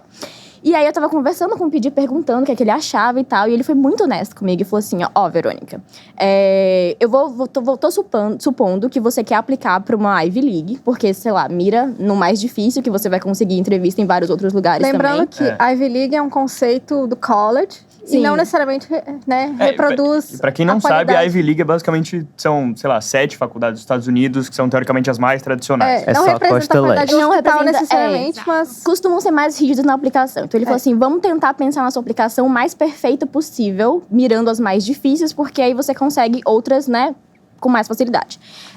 Obviamente, você formou na faculdade, tá aplicando seria o ideal. Mas acontece que a gente tem muita aplicação. E é óbvio que o estudante de medicina que rodou no hospital, que fez uma rotation no meu hospital, que eu conheço, que eu vi, é muito mais valioso pra mim. Porque você pode ter tido um treinamento incrível no Brasil, mas eu não sei que hospital você treinou. O que é que você teve de habilidade clínica. Você pode ter vindo, ele falou desse jeito, você pode ter vindo da Harvard do Brasil. Eu não vou saber, infelizmente, distinguir isso. Sim. Então, eu preciso de alguma coisa no teu currículo que me faça ver que você é diferente das outras pessoas que eu vi aqui atuando, sabe? Então, se você pensa, tá mirando num hospital mais competitivo, numa especialidade mais competitiva, vale a pena fazer um Research Fellow, vale a pena fazer alguma coisa. Ele falou até assim, tipo, uma atividade voluntariada, alguma coisa diferente que chame a atenção pra sua aplicação, sabe? E uma carta de um profissional americano, né, que possa falar... Dá essa credibilidade, né? De quem então, é isso. O Research Fellow, ele é opcional, sabe? E depende da sua estratégia. Às vezes você quer aplicar assim que formar, às vezes não. Às vezes você quer uma especialidade mais competitiva, às vezes não. Às vezes você quer um hospital mais competitivo, às vezes não. Depende do que você quer pra você. E aí você vai montando a sua estratégia do seu jeito, com todas as opções que você tem ali pra, né, oferecer. Outra coisa que eu percebi estando aqui, que foi uma coisa que eu não tinha percebido antes no processo, é que se o seu objetivo é se mudar para os Estados Unidos, e não necessariamente atuar em medicina, você pode seguir como Research Fellow e a partir daí você vai montando sua carreira aqui. Então você pode ser Research Fellow e assumir anos pagos e pode ir subindo de posições na pesquisa. Você pode crescer na carreira de pesquisa sem necessariamente. Ali, mas... Você acaba... Se você resolver não fazer as provas e ficar só no Research Fellow, você pode... Você não vai poder atuar, claro, como médico, mas você vai poder atuar em pesquisa. E os salários são bons, você tem como sustentar bem. E no Brasil a gente não é acostumado com carreiras de pesquisa na medicina, né? Foi então muito aqui ganha inclusive, muito pra dinheiro. mim. Eu fiquei, nossa, será que vale a pena todo esse esforço que eu estou fazendo? Gente, vale.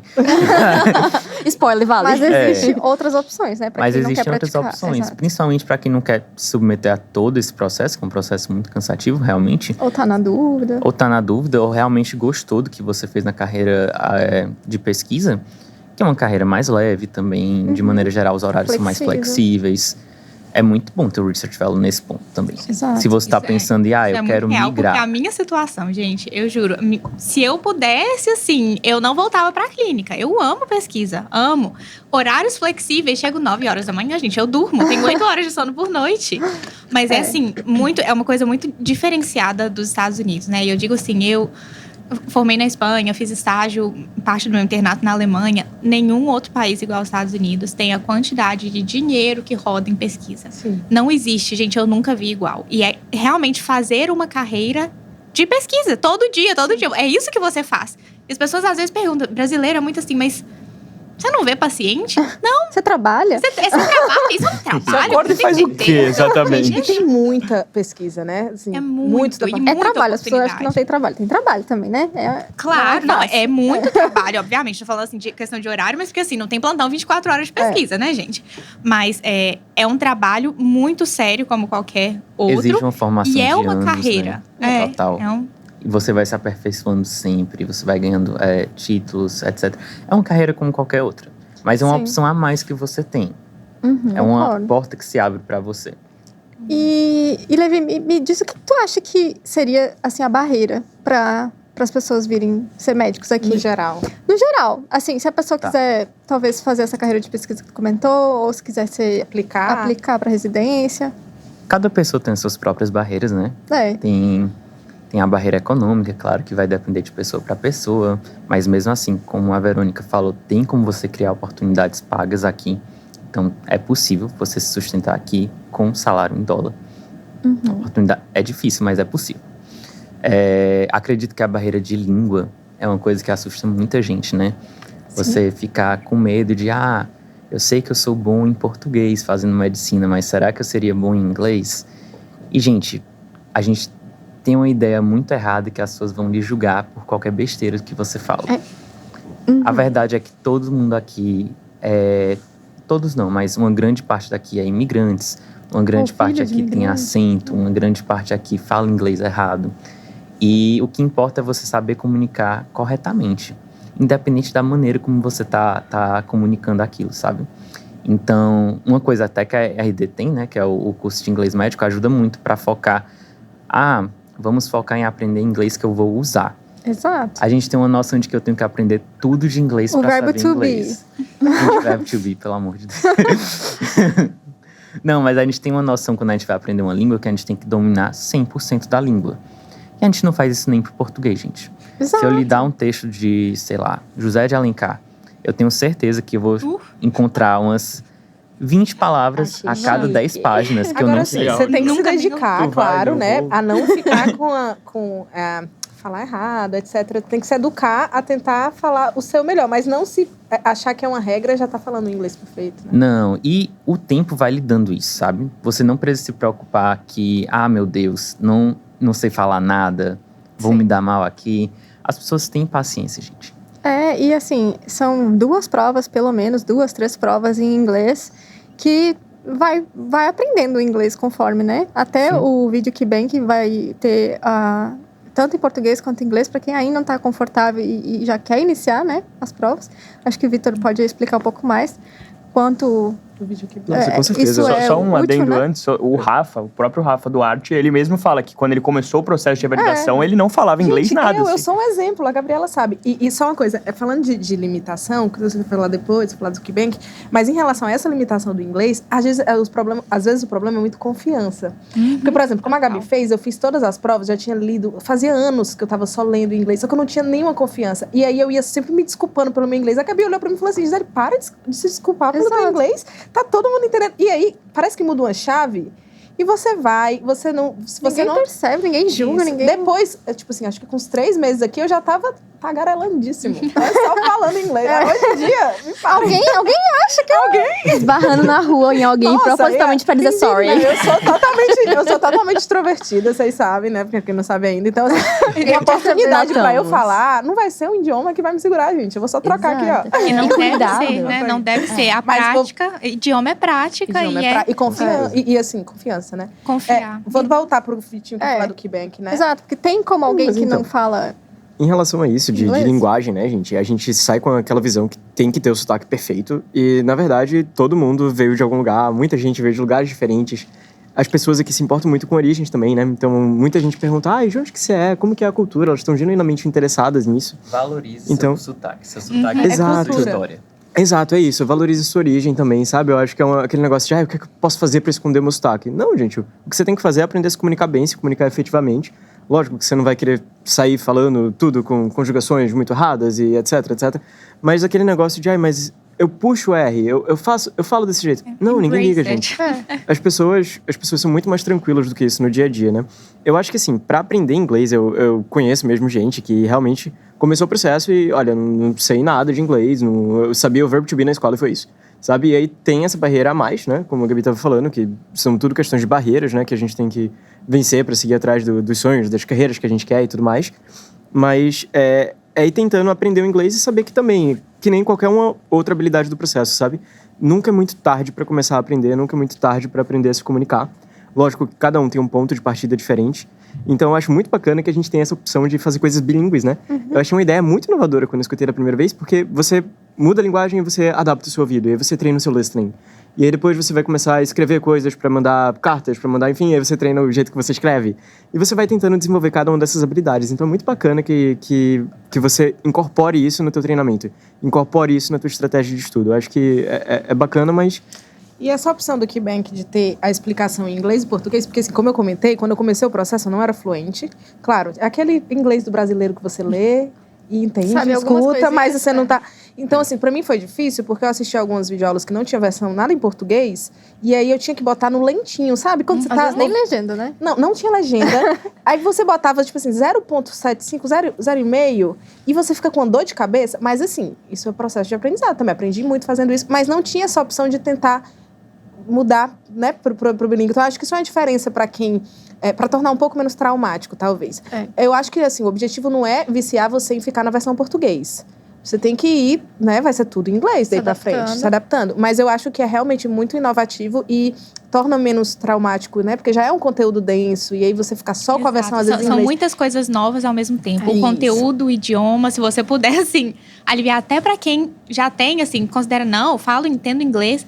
Só que a gente não tá falando de uma conversa ali no ônibus, aquela coisa que eles colocam nas provas de Cambridge, da conversinha do restaurante. É matéria densa em inglês, né? Matéria densa de medicina. E saber como fala as coisas. Eu acho importante saber como fala as coisas, porque eu só percebi isso depois do processo. Sim. Porque se você não tem contato em ouvir como aquilo está sendo falado, se você só ficar lendo, se você não tiver, por exemplo, as aulas da RD em inglês, ou não tiver até os flashcards que a gente estava comentando da RD, ter um áudio do vídeo KeyBank, às vezes você não sabe como fala aquela palavra. Fica meio porque você fica lendo a questão, você lê a questão, você fala, pô, não sei o que é isso. Você vai lá, procura o que é isso, mas você não sabe qual é a pronúncia daquilo. Chegou no estágio. Exatamente, aí chega no estágio e fala de um jeito totalmente diferente. O que não tem problema, você fala diferente, aí vai ficar estranho, alguém vai talvez não entender. Eles são... Outra coisa que eu aprendi aqui, que inclusive a Gabriela comentava muito, eles são muito polite quando corrigem. Eles não ficam tipo assim, não é assim que você fala. Não, ele, você quis dizer isso? Tipo, é diferente. Então, agora só, a gente comentou de KeyBank. Tu quer explicar um pouquinho o que é o KeyBank? Que a gente tá só falando, né? Tu faz parte. Justo, né? Tá ouvindo o que é o KeyBank? Quem é o KeyBank? Então, né, gente, uma peça-chave de preparação mesmo é questões. A gente falou muito de repetição espaçada e tudo mais, mas um bom jeito de você aprender conceitos e de você eternizar meio que esses conceitos na sua cabeça é ir fazendo questões. E tudo que a gente faz, na verdade, de preparo para provas e para vida mesmo, tem evidência por trás, né? Aqui uma coisa interessante é que quando as pessoas pensam em carreiras, tem muita gente que pensa em carreira de educador. Tem muita gente que pensa, eu quero ser um bom educador, como que eu posso passar a melhor forma os conteúdos? E se faz muita pesquisa com isso. E o que o pessoal viu é que realmente fazer questão é um dos jeitos que mais sedimenta, aliás, é o jeito que mais sedimenta os conceitos, né? Então a questão ela é sempre um processo chave da tua preparação. Existe um guideline muito... Os americanos, eles gostam tudo muito padronizadinho, né? Então tem guidelines muito estritos de como que tem que ser essas questões, o que é que eles querem avaliar, o que é que você vai fazer. Você não vai botar uma questão decoreba, você não vai botar uma questão que é só uma frasezinha chave e acabou, sabe? Você vai botar uma questão que peça raciocínio, você vai botar uma questão que integre as coisas, né? É sempre trazer coisas da ciência básica para a clínica e fazer esse link é bem interessante. Então, KeyBank costuma ser uma das ferramentas mais importantes de fazer, de ter no teu meio de estudo, né? E o bacana do vídeo KeyBank é que a gente está tentando, né, otimizar aí as explicações para a gente ver as coisas em vídeo, otimizar o nosso tempo. E até você ter esse material em vídeo ajuda você a pegar mais coisas do inglês, a ir aprendendo linguagem também. Então você integra muitas coisas que você tem que... RD, só que adaptando para o inglês e português, então. Exato, são questões no padrão que o ICFMG pede, né, ou no padrão que as provas cobram, mas que ajudam também a treinar idioma, que botam vídeos nas explicações, que deixam a explicação um pouco mais interativa, né? Às vezes, quando a gente vai fazer muita questão, pelo menos eu tinha uma meta, assim, na época do Step 1, eu vou fazer 80 questões dia, todo dia, vai ser isso. São 80 textos grandes que você vai ler, densos, né? Então, ter isso também em vídeo flexibiliza um pouco as coisas, é uma ideia bacana. E só um adendo também, é que não é só no padrão das questões, é praticamente como você vai ver na prova. Certo. Não só como a questão é formulada, como o formato das alternativas, o como design. a cara. A interface é muito parecida, você não vai se surpreender na hora da prova, sabe? Vai aparecer só mais um dia de questões, Exato. mais um bloco de questões, você tá lá fazendo há 9 meses, você vai chegar lá e fazer. É incrível. Como você chega na prova, você senta e você esquece que aquilo é prova. Você só acha que é mais um simulado, né? Eu acho que se tivesse uma coisa que pudesse ficar desse podcast, tipo, assim, pra sempre não torna tuas barreiras crenças limitantes que você vai internalizar e falar, eu não consigo, sabe? Entende quais são as suas barreiras e pensa, eu vou escalar esse negócio, eu vou superar esse negócio, e eu vou procurar, eu vou ser estratégico. Então, eu não tenho inglês, eu vou procurar uma formação em inglês, eu vou procurar o Medical English que tem lá na RD, eu vou, sabe? As questões são difíceis, eu vou procurar o KeyBank. Você tem tantas opções de treinamento, de coisas que você pode fazer hoje. Então, não internaliza, tipo, eu sou old grad, eu formei tem muito tempo, eu não consigo. Não, entende. Ok, essa é uma limitação. Como eu posso superar essa limitação? Como é que eu posso me destacar, apesar de uma coisa que não é tão boa assim? Que nem é red flag, o pessoal fala que é muito red flag. É um filtro só, sabe? Como várias outras coisas no nosso currículo. Então, a gente é brasileiro, Eu acho que sabe? como A gente tudo dá na um vida, jeito. A gente dá um jeito. É, isso é se muito real. você maquia, você contorna. Se você tem um red flag, você bota um big green flag lá.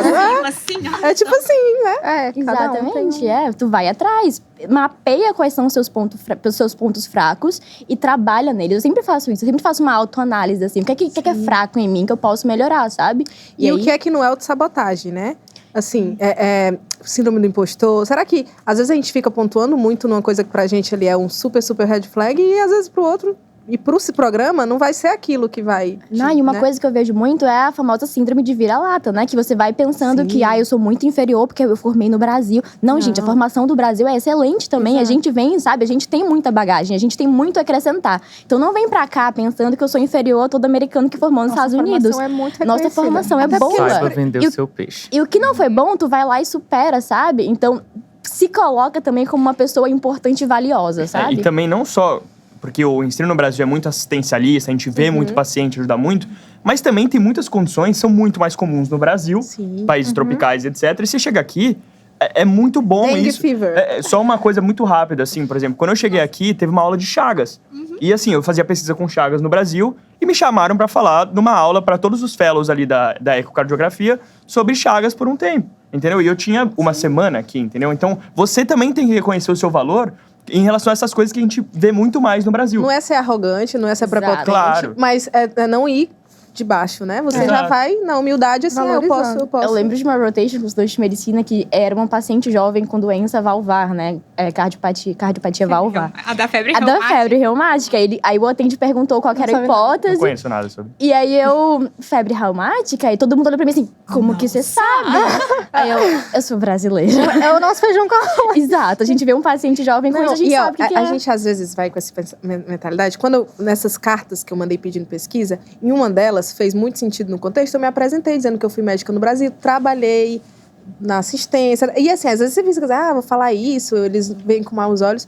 Nossa, o pesquisador, o PI, respondeu assim, marcando uma pessoa pra gente marcar visita. Essa aqui é a doutora Gisele, que trabalhava no Brasil com isso, com aquilo. Então, assim, é uma coisa que às vezes a gente pode querer omitir ou achar que não é, e que ele acabou e valorizou. Então, assim, não ir realmente com a síndrome do vira-lata, ir na humildade, mas confiando em si. Acho que quem tem que confiar mais no seu potencial é você mesmo, E né? tem outra coisa também que vai também pro arquivo confidencial, Ai, meu sabe? Deus, assim. Se aproveita do capitalismo. A gente sabe que diversidade é trend também. Todo mundo quer um programa que seja diverso. Então, abraça Levanta você sua como bandeira. minoria, como alguém que é imigrante, como alguém que tem um background infinito de possibilidades de existência e pensa que isso vai agregar no programa. Porque você ser diferente agrega em qualquer roda, é incrível. E também porque os programas querem parecer que eles são mais diversos e tudo mais. Porque pega bem pro capitalismo também, Outra sabe? coisa, Então, tem muitos brasileiros como pacientes, gente. Com paciência. Aqui em Boston são muitos. Então, você exato. falar português é um diferencial. espanhol, Espanhol, português, espanhol Portunhol Crítico, também. Portunhol também. Pra quem souber, né? Pra quem aprenda espanhol também, gente, se puderem. É. Crítico, em qualquer lugar A dos Estados vantagem é que Unidos. quando você começa a aprender uma língua, você quer aprender mais Outros. idiomas. Então, pelo menos E o tá sendo quanto isso comigo. facilita no, né? Porque talvez a gente também não tá tão acostumado no Brasil, mas aqui tem toda uma lei da pessoa que vai traduzir e que vai interpretar, né? Então, o medical interpreter, ele precisa ser alguém reconhecido. Então, se você tem a capacidade de se, né, regularizar com essa sua língua, numa língua, segunda língua, terceira língua, enfim, você facilita muito o trabalho no dia a dia, Sim. porque você não precisa chamar Você é valioso, né? o médico que vai interpretar, a pessoa que vai interpretar, ele pode demorar. Exato. Até Demora chegar. muito, gente. Então, você Atrasa saber a muito língua serviço chamar um É. intérprete. Então, facilita. você saber dominar a língua do seu paciente, se o seu paciente for brasileiro, é um diferencial muito grande. Principalmente para áreas que concentram muito brasileiro. Aqui, Nova York, Flórida. Pode. Exato. Isso é uma dica até na hora de você aplicar, né? Procurar quais são os programas. A gente fala muito disso. Os programas são mais IMD friendly, né? Que são mais amigáveis com quem é aplicante internacional. Então, a gente sabe que quanto mais tem imigrantes naquele programa, mais fácil a gente também receber uma entrevista e passar naquele lugar. Porque a gente percebe que é um perfil já, né? Daquela universidade, daquele hospital, de aceitar aquelas pessoas. Então, isso também é uma dica na hora de procurar, né? O lugar que você vai aplicar para pesquisa ou até para Uma das coisas que eu acho mais legal é que, assim, às vezes a gente tem muito essa questão de competição, né? Fala assim, nossa, é tanto brasileiro aplicando ao mesmo tempo, tipo assim, ai, como? Eu não queria. A competição, ver o outro colega como competidor. Mas a questão é, o programa que já tem um brasileiro, vamos supor, daquela faculdade, que às vezes é a mesma faculdade que você estudou, e aquela pessoa faz um bom serviço, Nossa, se gente, isso te vocês abre soubessem. tantas Exato. portas. Fala assim, gente, a gente já teve um residente dessa faculdade, desse programa, e a gente sabe que é um lugar que a formação é muito boa. Então, assim, Sim. tem que ver a comunidade brasileira realmente como é um fluxo que que é aprovado e que vai ali na sua frente, ele vai puxar a sua mão. É todo, assim, colaborar e fazer o make the most da comunidade, né? Comunidade. Não é você aplicando como pessoa, gente. É um grupo de brasileiros E, gente, super capacitados. E, gente, assim, nas entrevistas, teve entrevista que o PD, o pessoal que tá te avaliando, você conhece o brasileiro aqui, fulano, que tá aqui? Nossa, a gente ama ele, não sei o quê. Então, assim, você ficou já reconhecida, sem nem se apresentar como uma pessoa que... Por uma outra pessoa que fez um bom trabalho, né? No Então, geral, o assim, brasileiro tem uma excelente reputação aqui. Ótimo. E é Como óbvio que eu pessoa na hora de conheci o trabalhar. brasileiro, né? Então a gente se conecta. Isso, pra todo vamos mundo atrás te dos ajudar. brasileiros que estão. Mas só para finalizar essa pauta, a gente precisa, como brasileiro, se apoiar, até porque tem muito a imigrante. A gente fica... Você olhando do Brasil, você pensa só assim, tem muito brasileiro lá. Gente, tem muita gente de outros todos países. os lugares, Não tem tanto brasileiro assim. Não, tem muito. Então, assim, e essas pessoas se ajudam. A gente é outros, inclusive.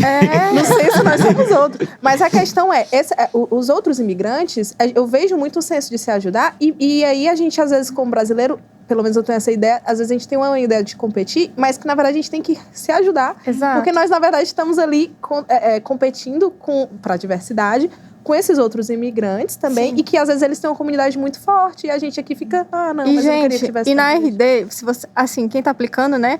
Os meninos viram o quanto o grupo de quem tá aplicando vai se ajudando. E os brasileiros que passaram ano passado com a ajuda da RD estão chamando o pessoal desse ano. Eu consegui entrevistas também mandando e-mail.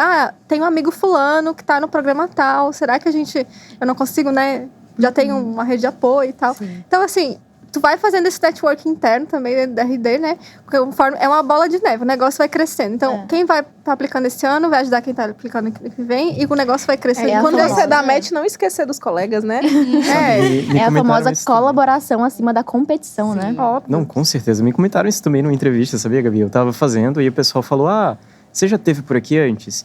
E eu, não, então, passei o Thanksgiving aí, eu tenho um grupo de amigos, não sei o que. Eles, nossa, que rede de apoio maravilhosa que você tem, né? Pronto. É uma coisa que conta muito Vira positivo, Porque um dos medos deles, de imigrante, é que essa pessoa se sinta sozinho durante a residência, que é um período muito puxado, né? Na vida todo de qualquer canto, é. residente. E que desista e larga aquela vaga, né? Então, se a pessoa tem ali uma rede de amigos, tem uma família, enfim, isso diminui muito a probabilidade daquela pessoa largar o programa, né? É até uma dica para casais que estão querendo vir juntos fazer medicina, que é o couples match que a gente chama. Se vocês forem ranquear em especialidades diferentes, por exemplo, um faz clínica médica e o outro faz pediatria, por exemplo, isso é visto muito positivamente pelo programa. Tem programas que vão preferir chamar o casal. inclusive, Porque sabe porque que eles sabe vão que dar vão ser uma rede Se de apoio. apoiar. Não, Nossa, é total. muito legal. É um pouco mais complicado quando é a mesma especialidade. É. Mas, fora isso, de Isso é maneira verdade. geral, é bom ser couples match. E no Couples Match também você tem toda essa comunicação de se ajudar, né? De você, tipo, conseguir uma entrevista ali na Filadélfia, em Miami. Manda um e-mail e fala, olha, gente, meu couple também tá aplicando, etc. Será que tem como a gente conseguir mais entrevistas nessa área? Aqui o CV dele, ou aqui o CV dela. Pode ajudar, né? O que você acha? E aí a pessoa vai e de repente consegue, fala com amigos de outros hospitais. É mais fácil realmente quando são serviços diferentes, né? Sim. Mas aí é uma coisa que agrega também, então... E Vitor, toda essa coisa de couples match, de entrevista, tudo isso é muito diferente do que a maioria das pessoas está acostumada com o processo de residência no Brasil, né? Tu acha que quais outras diferenças, assim, nessa questão da aplicação, ou até mesmo durante a residência, que são nitidamente diferentes do processo brasileiro? Nossa, Gabi, acho que eu vou aproveitar essa questão para falar um pouco de entrevista, né? Que é uma coisa que todos nós estamos vivendo, né? E realmente, a entrevista aqui ela é um processo bem único mesmo. É bem diferente. Você tem uma coisa assim de 15 minutinhos para se apresentar. Então é aquele momento que você vai make it count, sabe? Você vai contar a sua história. Sim. E eu acho que muito desse processo é de como a gente conta a nossa história. Uma dica que me deram quando eu tava fazendo as primeiras, ensaiando das primeiras vezes, não sei se você lembra, que eu mandei mensagens para Sim. todos, né? Gente, vamos praticar juntos e Isso tal. é muito Mock, importante, né? Com certeza, né? É você treinar o jeito como você quer contar essa história. Você não precisa ter um script formal que você vai ficar tipo, vou fechar aqui os olhos e vou realmente lembrar de tudo que eu vou falar. Não, tem que sair natural, né? Mas é o jeito como você quer ordenar as coisas na sua cabeça. Então, você ter uma timeline, eu acho que foi uma das dicas mais importantes que me deram. De tipo, olha, meu nome é Vitor, eu venho de tal lugar, eu cresci dessa forma, eu treinei dessa forma, hoje em dia eu faço isso, e o meu passado influenciou no que eu faço hoje por isso, e o que eu quero fazer no futuro, vindo em mente com tudo isso, é isso. Esse E é aí o você melhor dá uma... template. Exato, você dá uma linha, assim, de raciocínio. Elevator pitch, né? Que você pode até usar para outros... Nossa, com certeza. A E Gabi aqui... é uma ótima comunicadora também, então... sabe Demais. todas essas dicas. E aqui eles sabem se apresentar realmente, né? Você vê quando você vai conversar nessas palestras maiores com médicos de instituições assim mais respeitadas, você vê como é interessante o jeito que essas pessoas se apresentam. É uma história que eu tava assim, eu lembro, uma vez a gente foi na conferência e fiquei, nossa, mas como que será que essa mulher chegou aqui? Que interessante a vida dela, né? Sim. Então, muito bacana. E diferenças, assim, né? Eu acho que essa diferença no processo é uma das diferenças mais importantes. Eles são treinados, né, para isso. Geralmente na Sim. própria faculdade. Desde o college, né? Para aplicar para med school, tem todo... Tem toda uma estratégia de como fazer uma boa entrevista. Eles têm, nesse processo aqui do match, eles têm aulas com o pessoal da faculdade deles para treinar como vai ser a entrevista deles. Sim. Mesmo assim, gente, a gente se garante. Não, e inocência de quem acha que não precisa de treinamento, né? Não. Quer chegar lá e falar, não, gente, pelo amor de Deus, nenhum americano faz isso. Vai chegar você brasileiro, não vai se preparar? Eu odeio dinheiro mal gasto. Não Exato. faça isso com você. Esse é o melhor investimento. Chegou no gol, né? Tipo, vamos Justo. fazer bem feito. Mas eu acho que no processo essa é uma das maiores diferenças. E outra coisa que você falou de diferenças, assim, que eu tenho notado, né? É que aqui eu acho que tem uma cultura de objetividade muito grande nas coisas. Então, eu acho que mesmo na prática da gente, sabe? É uma coisa que quando você começa a rodar nos hospitais, você vê que eles têm um fluxo de trabalho muito objetivo. Também é um fluxo de trabalho que eu acho um pouco mais confortável, talvez por isso. Então, você sabe exatamente o que esperar daquele teu dia de trabalho. Então, isso é muito bacana. Você sabe quantas pessoas você vai ver, você sabe mais ou menos como é que vai ser organizado aquele teu dia. Você sabe que Então- vai ser seguido da maneira que você planejou. Sim. Ao contrário do coisas vão Brasil, que existe funcionar. vários encaixezinhos, existe vários... Não existe isso aqui. Uma vez eu perguntei para uma PD, né, num programa, uma diretora de programa, que era brasileira também, eu perguntei, nossa, o que você achou que foi mais, vindo do Brasil também, o que você achou que foi mais difícil de adaptar? E ela falou, olha, não necessariamente difícil, mas essa linha de ser mais objetivo, como você já deve ter notado no seu ano aqui, que até para pedir em restaurante, para ir no supermercado, para fazer tudo, eles são muito objetivos e a gente tem que trazer um pouco disso na nossa consulta também. Exato. Então isso é meio que um ajuste de mentalidade de que a pessoa que vai ali pedir, né, o seu conselho e tudo mais, ela tá esperando ser tratada com objetividade também, ela tá esperando que a opinião dela vai ser valorizada também, e ela tá, de repente, ali até super preparada para discutir, o que eu acho particularmente muito legal de praticar medicina por aqui. Que eles veem realmente você tem uma conversa muito franca, uma conversa muito honesta. Então isso é uma diferença da prática, eu acho que é muito organizado, então no sentido de ser organizado, você fica muito estimulado de trabalhar.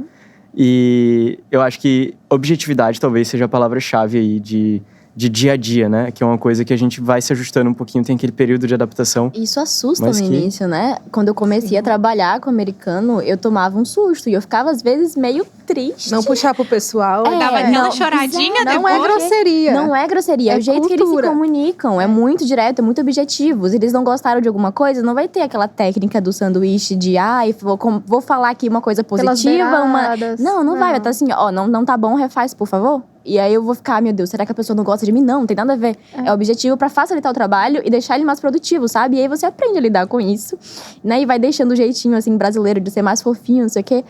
Obviamente, isso também é uma vantagem que a gente tem, né? De ser um pouco Total. mais É o que eu ia falar. quente, Alguns warm Mas eu pacientes e tento tal. vão segurar preferir. minhas mãos, né? Porque às vezes eu quero falar gesticulando muito e tocando. Tocando, abraçando. Não faça isso, não faça A isso. gente vai aprendendo a trazer o que é valioso da nossa cultura e também se adaptando à cultura do outro, né? Acho que esse intercâmbio aí de sentimentos é bem legal.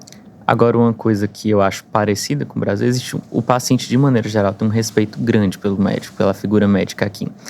Mas ainda assim, eu sinto que existe uma diferença no ponto de vista de medicina centrado no paciente aqui.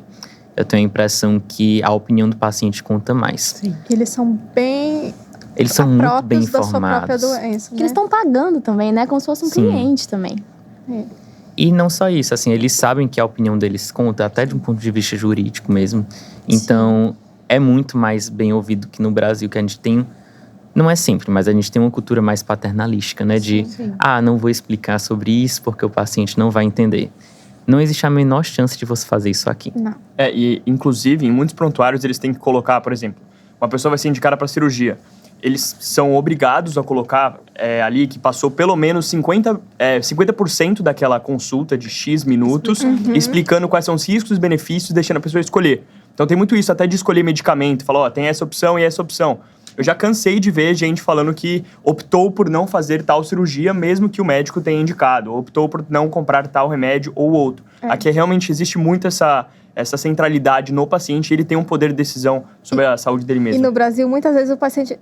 Mas, doutor, você é o meu doutor, você que escolhe. Exato. Né? Você sabe o que é o melhor. Escolhe pra mim. Aqui não tem isso, não é você escolhe o que é melhor. O paciente tem as opções e ele vai escolher o que ele acha mais apropriado, né? E até desculpa, só a última coisa aqui, até o Step 1 prepara para isso também. Tem a matéria de bioética, alguma coisa assim, em que eles tentam trazer também, pensando provavelmente nos imigrantes também, essa questão de como funciona a bioética aqui, o que você pode e não pode, essa questão de intérprete ou não. Então, querendo ou não, estudando pro Step 1, você vai aprender medicina e também um pouco sobre como a medicina Step 2 está também, no sistema americano. Então, na isso é muito prática. importante. O que eu ia falar é mais ou menos por aí também, né? Quando você vai ter aquelas primeiras aulas de bioética e tal, eu lembro que eu vi um negócio, uma pergunta que era, gente, qual o princípio da bioética você acha que é o mais importante? O que é que supersede? É uma discussão que eu particularmente nunca tinha tido. Eu tava, todos são importantes, né, gente? É a prática do que a gente faz. Mas qual que é o mais importante? A autonomia, né? Eles valorizam muito a autonomia da pessoa. Então, isso de ser um cuidado centrado na pessoa, se você passar tanto tempo discutindo e dizendo, olha, as opções são essas, os riscos são esses, o que eu acho bacana dessa opção é isso, seria o que eu te recomendaria. Mas o que é que você acha? Qual é a sua opinião?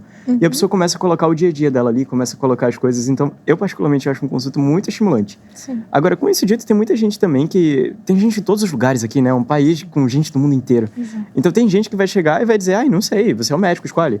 Eu já vi esse tipo de diálogo de paciente mais também. latinos, pacientes, às vezes. É muito de saber como chegar nessa pessoa, né? E foi até uma coisa que chamou atenção nas entrevistas, que me perguntaram, qual que era o desafio de praticar no Brasil? E eu falei, olha, gente, tem muita gente que vai confiar em você 100% e o desafio é envolver essa pessoa no cuidado dela, deixar ela mais ativa. Eu tive aula para isso e, enfim...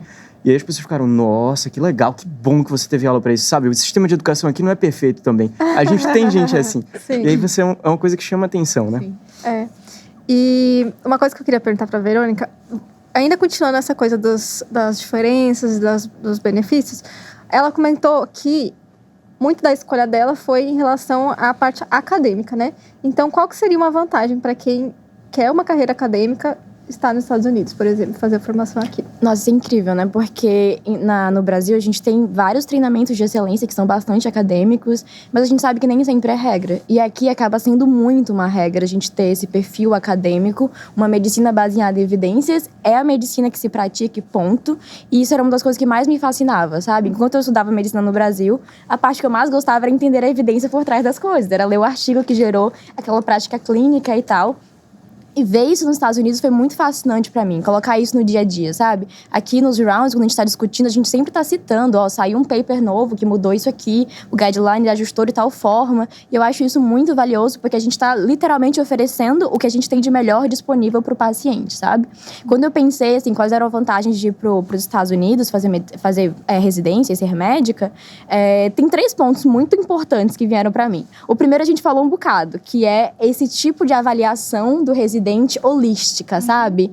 Eu me sentia um pouco mal de ser avaliada só por uma nota, porque eu nunca fui a estudante que, tipo, brilhava por causa das notas. Eu tinha notas boas, ok, mas, tipo, nada que me falasse que eu era melhor da turma, eu tirava 10 em tudo. Eu era boa na faculdade por ser a pessoa que participou do diretório acadêmico, fui presidente, comunicava bem, que fazia coisas extracurriculares. Então, tipo, sentir que eu estou sendo avaliada de uma forma como pessoa, como Verônica, e não só a minha nota. E valorizada. E valorizada, sabe? Isso me fazia sentir muito bem. Segundo ponto que eu pensei também, obviamente, financeiro. Eu não venho de um background, assim, favorecido financeiramente.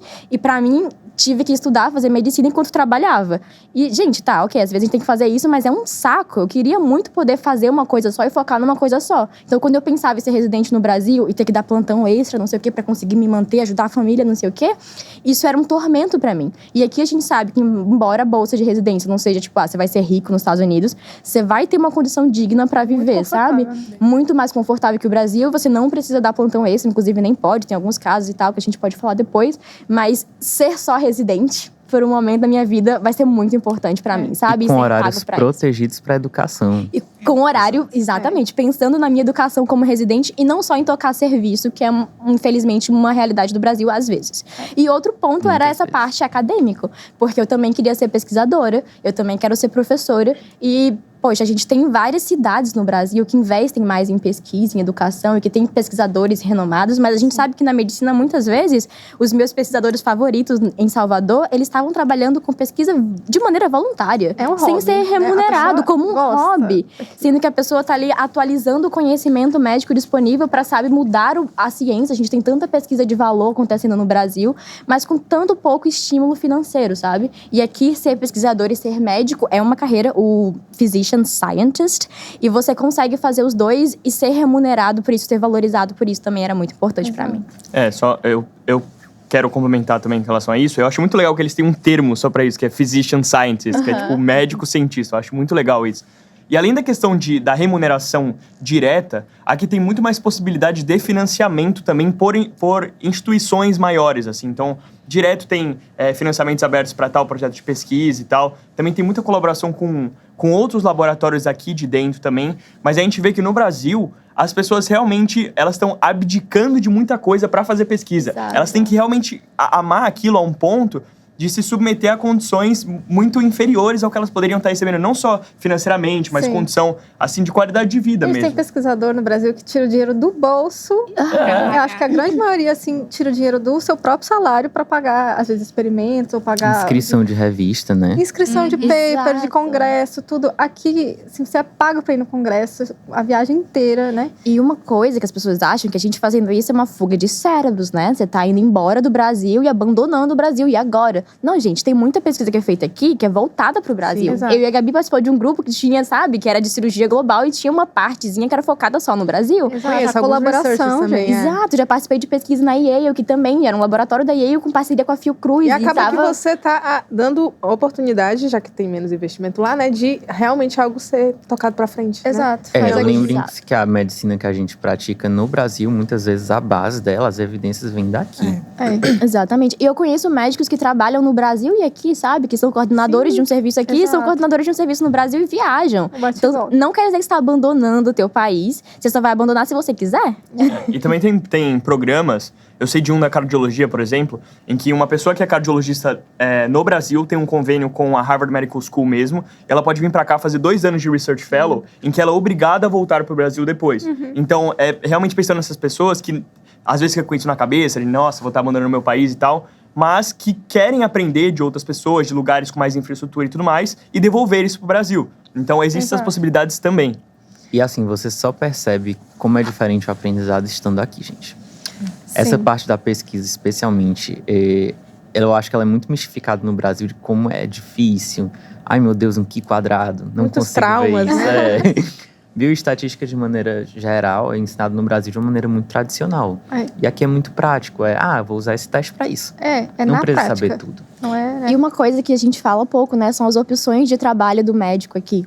Então, depois de se attending e tal, assim, às vezes você só terminou o internal medicine e não resolveu nem fazer uma especialidade ainda. Tem gente que trabalha 7 dias da semana trabalhando, 7 dias da semana Gente, off. exato, Isso é incrível. E tem gente que quer carreira de pesquisa como eu e a Bela, que trabalha 70% do tempo fazendo pesquisa e 30% com prática clínica. Tem vários Essa flexibilidade é schedules, incrível. E ainda sendo remunerado como médico attending, sabe? Exato. Isso é incrível. E são contratos também, né? Vale lembrar isso, que aqui nos Estados Unidos são contratos com os hospitais e você pode falar o quanto você quer. Então, eu quero dedicar 70% do meu tempo para pesquisa ou 60%. Então, tudo isso é concordado também na hora que você vai entrar numa instituição.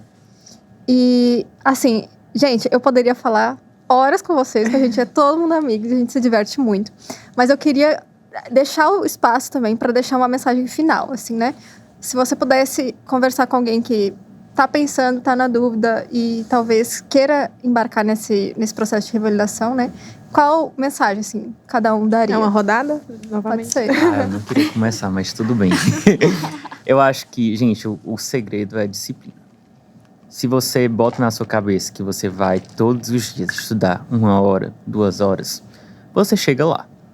Você pode demorar mais tempo, menos tempo, mas você fazendo todos os dias, você vai chegar lá. Então, muito mais importante do que duvidar do seu conhecimento é ser disciplinado. Faça com que sua rotina se encaixe para que todos os dias, ou quase todos os dias, você se dedique para aquilo que você quer. Tenha uma meta à distância, mas foque no que você está fazendo todos os dias. Eu acho que pra mim, uma das coisas que me fez pensar mais, assim, foi quando eu comecei a ver perguntas de entrevista e vinha sempre aquela pergunta de, aonde você se vê no futuro? E eu, nossa, aonde eu me vejo no futuro, né? Que coisa ampla. O que é que eu quero estar fazendo? Mas realmente, quando você tem uma visão clara do que você quer, ou uma visão mais ou menos um norte, sabe? De tipo, por exemplo, igual a Bela, a Verônica, eu também quero ser pesquisador no futuro. Então, eu quero dedicar uma grande parte do meu tempo à pesquisa. Quando eu olho o dia a dia das pessoas aqui que eu admiro, eu vejo, gente, olha o quanto de tempo que eles têm para fazer isso, olha o quanto de recurso que tem. Então, isso me deixou muito mais motivado com o processo. Eu acho que saber exatamente o que você quer da carreira é uma coisa, ou se não exatamente, mas ter esse norte, sabe? É uma coisa que ajuda nas escolhas. É uma coisa que ajuda em tipo, tudo bem, que tipo de oportunidade que eu vou querer nos Estados Unidos? Que tipo de oportunidade que eu vou correr atrás para melhorar o meu currículo? Como a gente falou aqui, tem 1000 formas de melhorar o currículo. Então não é só uma corrida para um fim de, eu vou melhorar o currículo, bater nesse checklist, é isso. É o que você quer mesmo, onde você se vê no futuro, o que é que você quer da sua carreira. Então acho que se fazer essa pergunta agora, nesse momento que vocês estão pensando, né, se quero fazer o processo ou não, vou começar ou não, de que forma ou não, eu acho que é muito válido porque vai ajudar em pontos-chave da aplicação. Não só motivar, mas direcionar os pontos que você vai correr atrás na aplicação. Então, aonde você se vê no futuro? Eu acho que eu deixaria essa pergunta, seria uma coisa chave, assim. Só acrescentando nesse ponto, numa das entrevistas do processo, né, dos programas, me fizeram a pergunta, com todo esse trabalho que você está fazendo, você tem interesse em atuar no Capitólio, em Washington, né? Aí eu prestei atenção nessa pergunta, nossa, eu posso fazer isso, né? Realmente existe como eu chegar lá e agora que você falou, eu quero. Fiquei, realmente, acredite no seu potencial, sabe? Sim. Eles veem a gente de uma também. maneira muito mais positiva do que a gente vê nós mesmos, sabe? Sim, o céu é o limite, né? Aqui Total. você vai ter o recurso.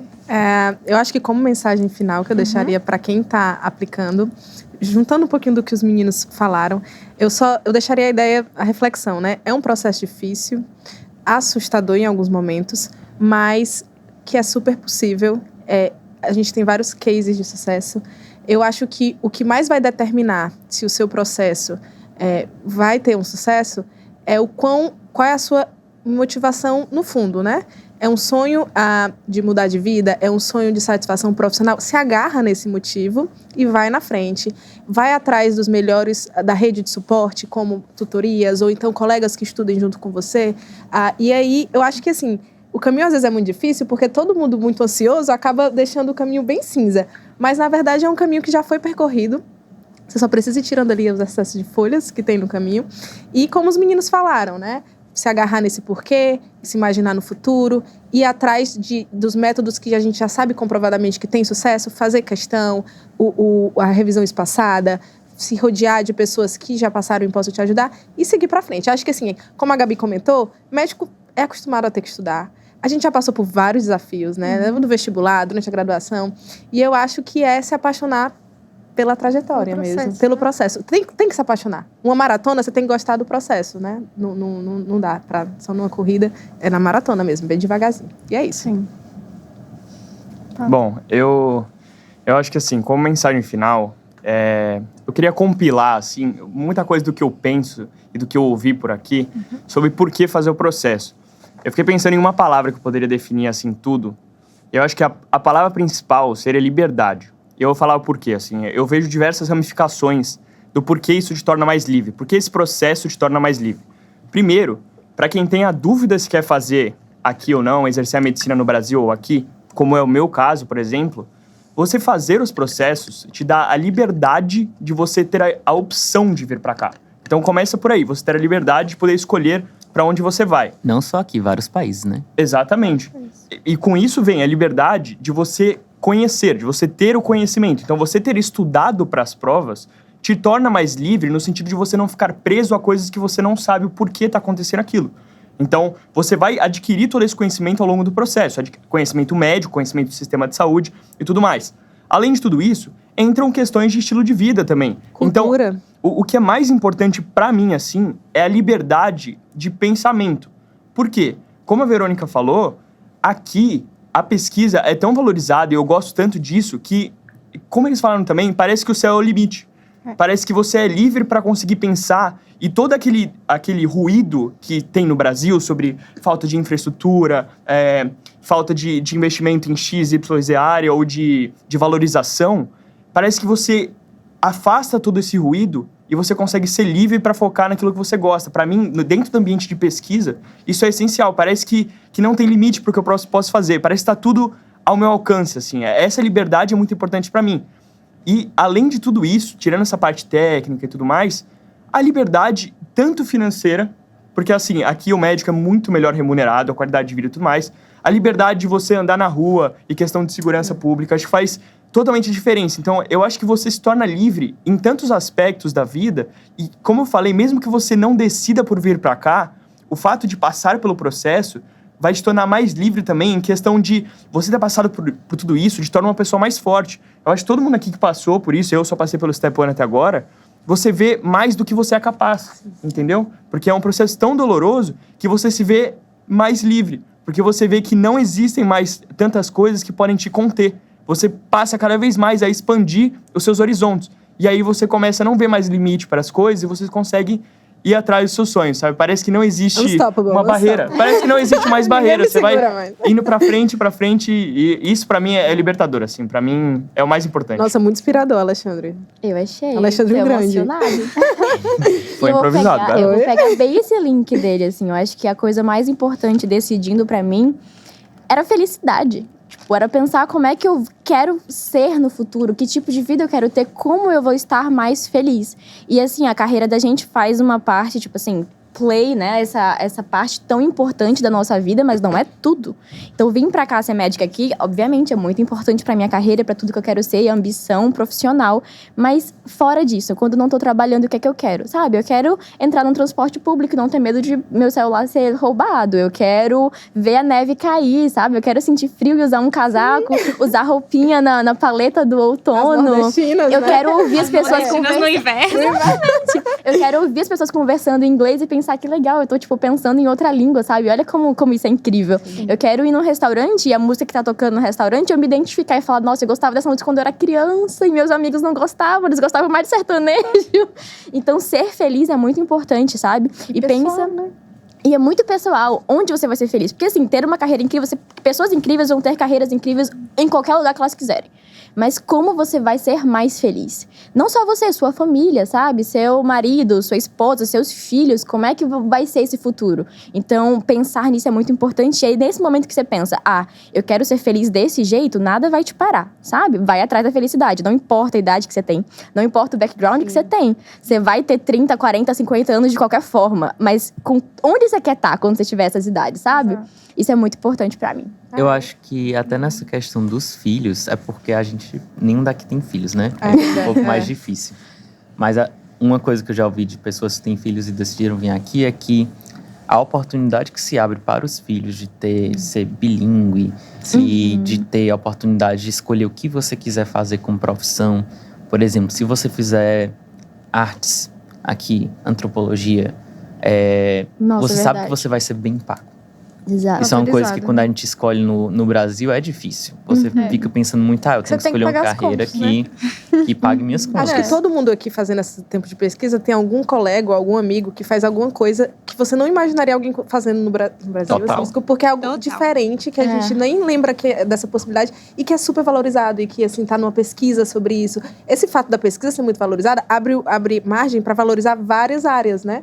Isso é maravilhoso. Entrando numa coisa que a Verônica falou também, que muita gente pensa, eu tenho 40 anos, eu já passei da época pra tudo isso, sabe? Eu me formei há 5, há 10 anos.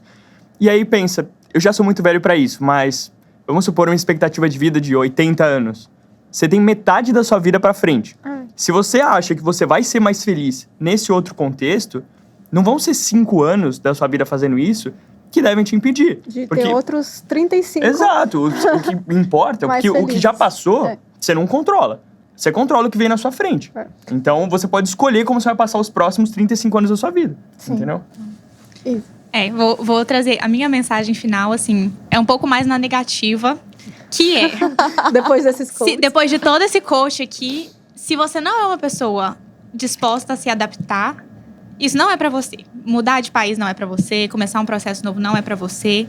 Eu acho que, assim, tudo começa no mindset de, assim, abrir a cabeça. É abrir a cabeça, porque aqui, gente, esse é o 4º país que eu moro.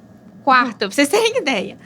E eu digo, uma das habilidades mais importantes pra você decidir e conseguir, assim, se adaptar no lugar é abrir a cabeça, tá disposta a aprender o que é o normal dessa cultura. Não significa que você vai apagar o seu, assim, a sua criação, o que você é acostumado com o seu país. Sempre vai ter um espaço para você manter e compartilhar a sua história, mas você tem que estar disposto. Se você quer viver a mesma vida que você vira ali de médico em São Paulo, fazendo isso, X e Y com a família, se você quer literalmente trazer isso de lá e trazer aqui para os Estados Unidos igual, você não vai conseguir. É uma realidade diferente. Se abrem muitas possibilidades e você tem que estar disposto a ter essa possibilidade. Que vai chegar domingo, você não é ir passear no shopping. Você vai pegar suas crianças e vai ir pro parque. Vai andar de bicicleta, fazer caiaque no lago de não sei Escalar uma onde. montanha. Escalar, Hiking, tem que falar do hiking. Tirar a neve do calçado. Exato. Tem que raspar o Vai carro perder na eventos neve, no gente. Brasil, né? Vai perder eventos. Não vai ter o Carnaval do Brasil, mas você vai ter que aprender a valorizar que aqui as pessoas Thanksgiving. valorizam muito a ação de St. graças. Patrick's. Você vai falar assim, nossa, mas isso não é pra mim. Não, gente, esteja disposto. Alguém te chama assim, vamos passar a ação de graças lá na minha casa? Vai, aprende, tenta entender por que aquilo é importante pra comunidade daqui, sabe? Sim. Eu acho que isso é um passo mais atrás do coach que todos vocês deram, Mas é do importante. processo. Mas eu acho que é muito importante a pessoa entender que se você tá querendo ou considerando mudar pra um país diferente, uma cultura diferente, a mudança começa na sua cabeça, sabe? Não é na passagem que você vai comprar pra vir. Senão você não vai gostar. Você não vai gostar do processo, né? Você tem que se preparar para todas as mudanças que vão vir. É o que já dizia a doutora Taylor Swift, né? Cada passo que você toma é alguma coisa que você deixa pra trás também. Exato. E aí você tem que decidir quais são as coisas que você vai carregar com você e as coisas que você vai deixar pra trás. Cada escolha é uma renúncia, né? É. E a minha mensagem final, gente, é assim, esse processo já é longo demais, ele já é sofrido demais, porque é muitos obstáculos na frente. E o que eu acho que é muito importante nesse processo é a rede de apoio, né? Então, essa rede de apoio ou você já tinha, ou você constrói, né? Então, assim, inclusive nós aqui estamos em outro país, a gente é amigos e a gente se apoia nos sonhos, porque a gente tem muito em comum. Mas, assim, o quanto é importante alguém no seu processo não te desacreditar, né? Sempre estar ali dizendo que é possível, você vai conseguir. Vamos mais um simulado, vamos mais uma questão, né? Isso, assim, eu acho que Vamos gravar um podcast, né? vamos gravar um podcast. Isso é, assim, impagável, né? E eu acho que a RD também entrou no mercado exatamente para fornecer mais isso, né? Tipo, que talvez não é o foco, mas é muito importante, que é um grupo, né? De uma rede de apoio, as pessoas no mesmo nível, andando juntos. E eu queria, então, agradecer, né? Vocês todos que estavam aqui. A gente ficou quase 2 horas gravando. E dizer que foi muito importante, né? Ter vocês nesse podcast. E, principalmente, deixar para todo mundo que está ouvindo as informações que a gente comentou aqui, muito do processo. Vocês encontram mais informações no nosso site, né? Que é rdmedicine.com. E no Instagram também, a gente está sempre gravando reels, gravando stories, né? Então, se vocês puderem acompanhar a gente lá, é grupo_RDMedicine, tá? Então, para finalizar, muito obrigada, pessoal, pela presença de vocês. Foi ótimo, foi muito bom. Exato. A gente tava nervoso, falava assim, gente, podcast, primeira vez que a gente faz isso. Eu acho que foi melhor que encomenda, viu? Sim. Gostei também. Aquele poeminha que eu falei, né? Isso de ser exatamente quem você é. Todo mundo foi quem é aqui, contou sua história e foi além mesmo. Exato. O melhor discurso é a verdade, né, gente? É. Esperamos vocês na comunidade Agora RD, né? vamos continuar essa conversa fora do podcast? Vamos todo mundo. Com lanchinho. Então tá, pessoal. Tchau, faz assim.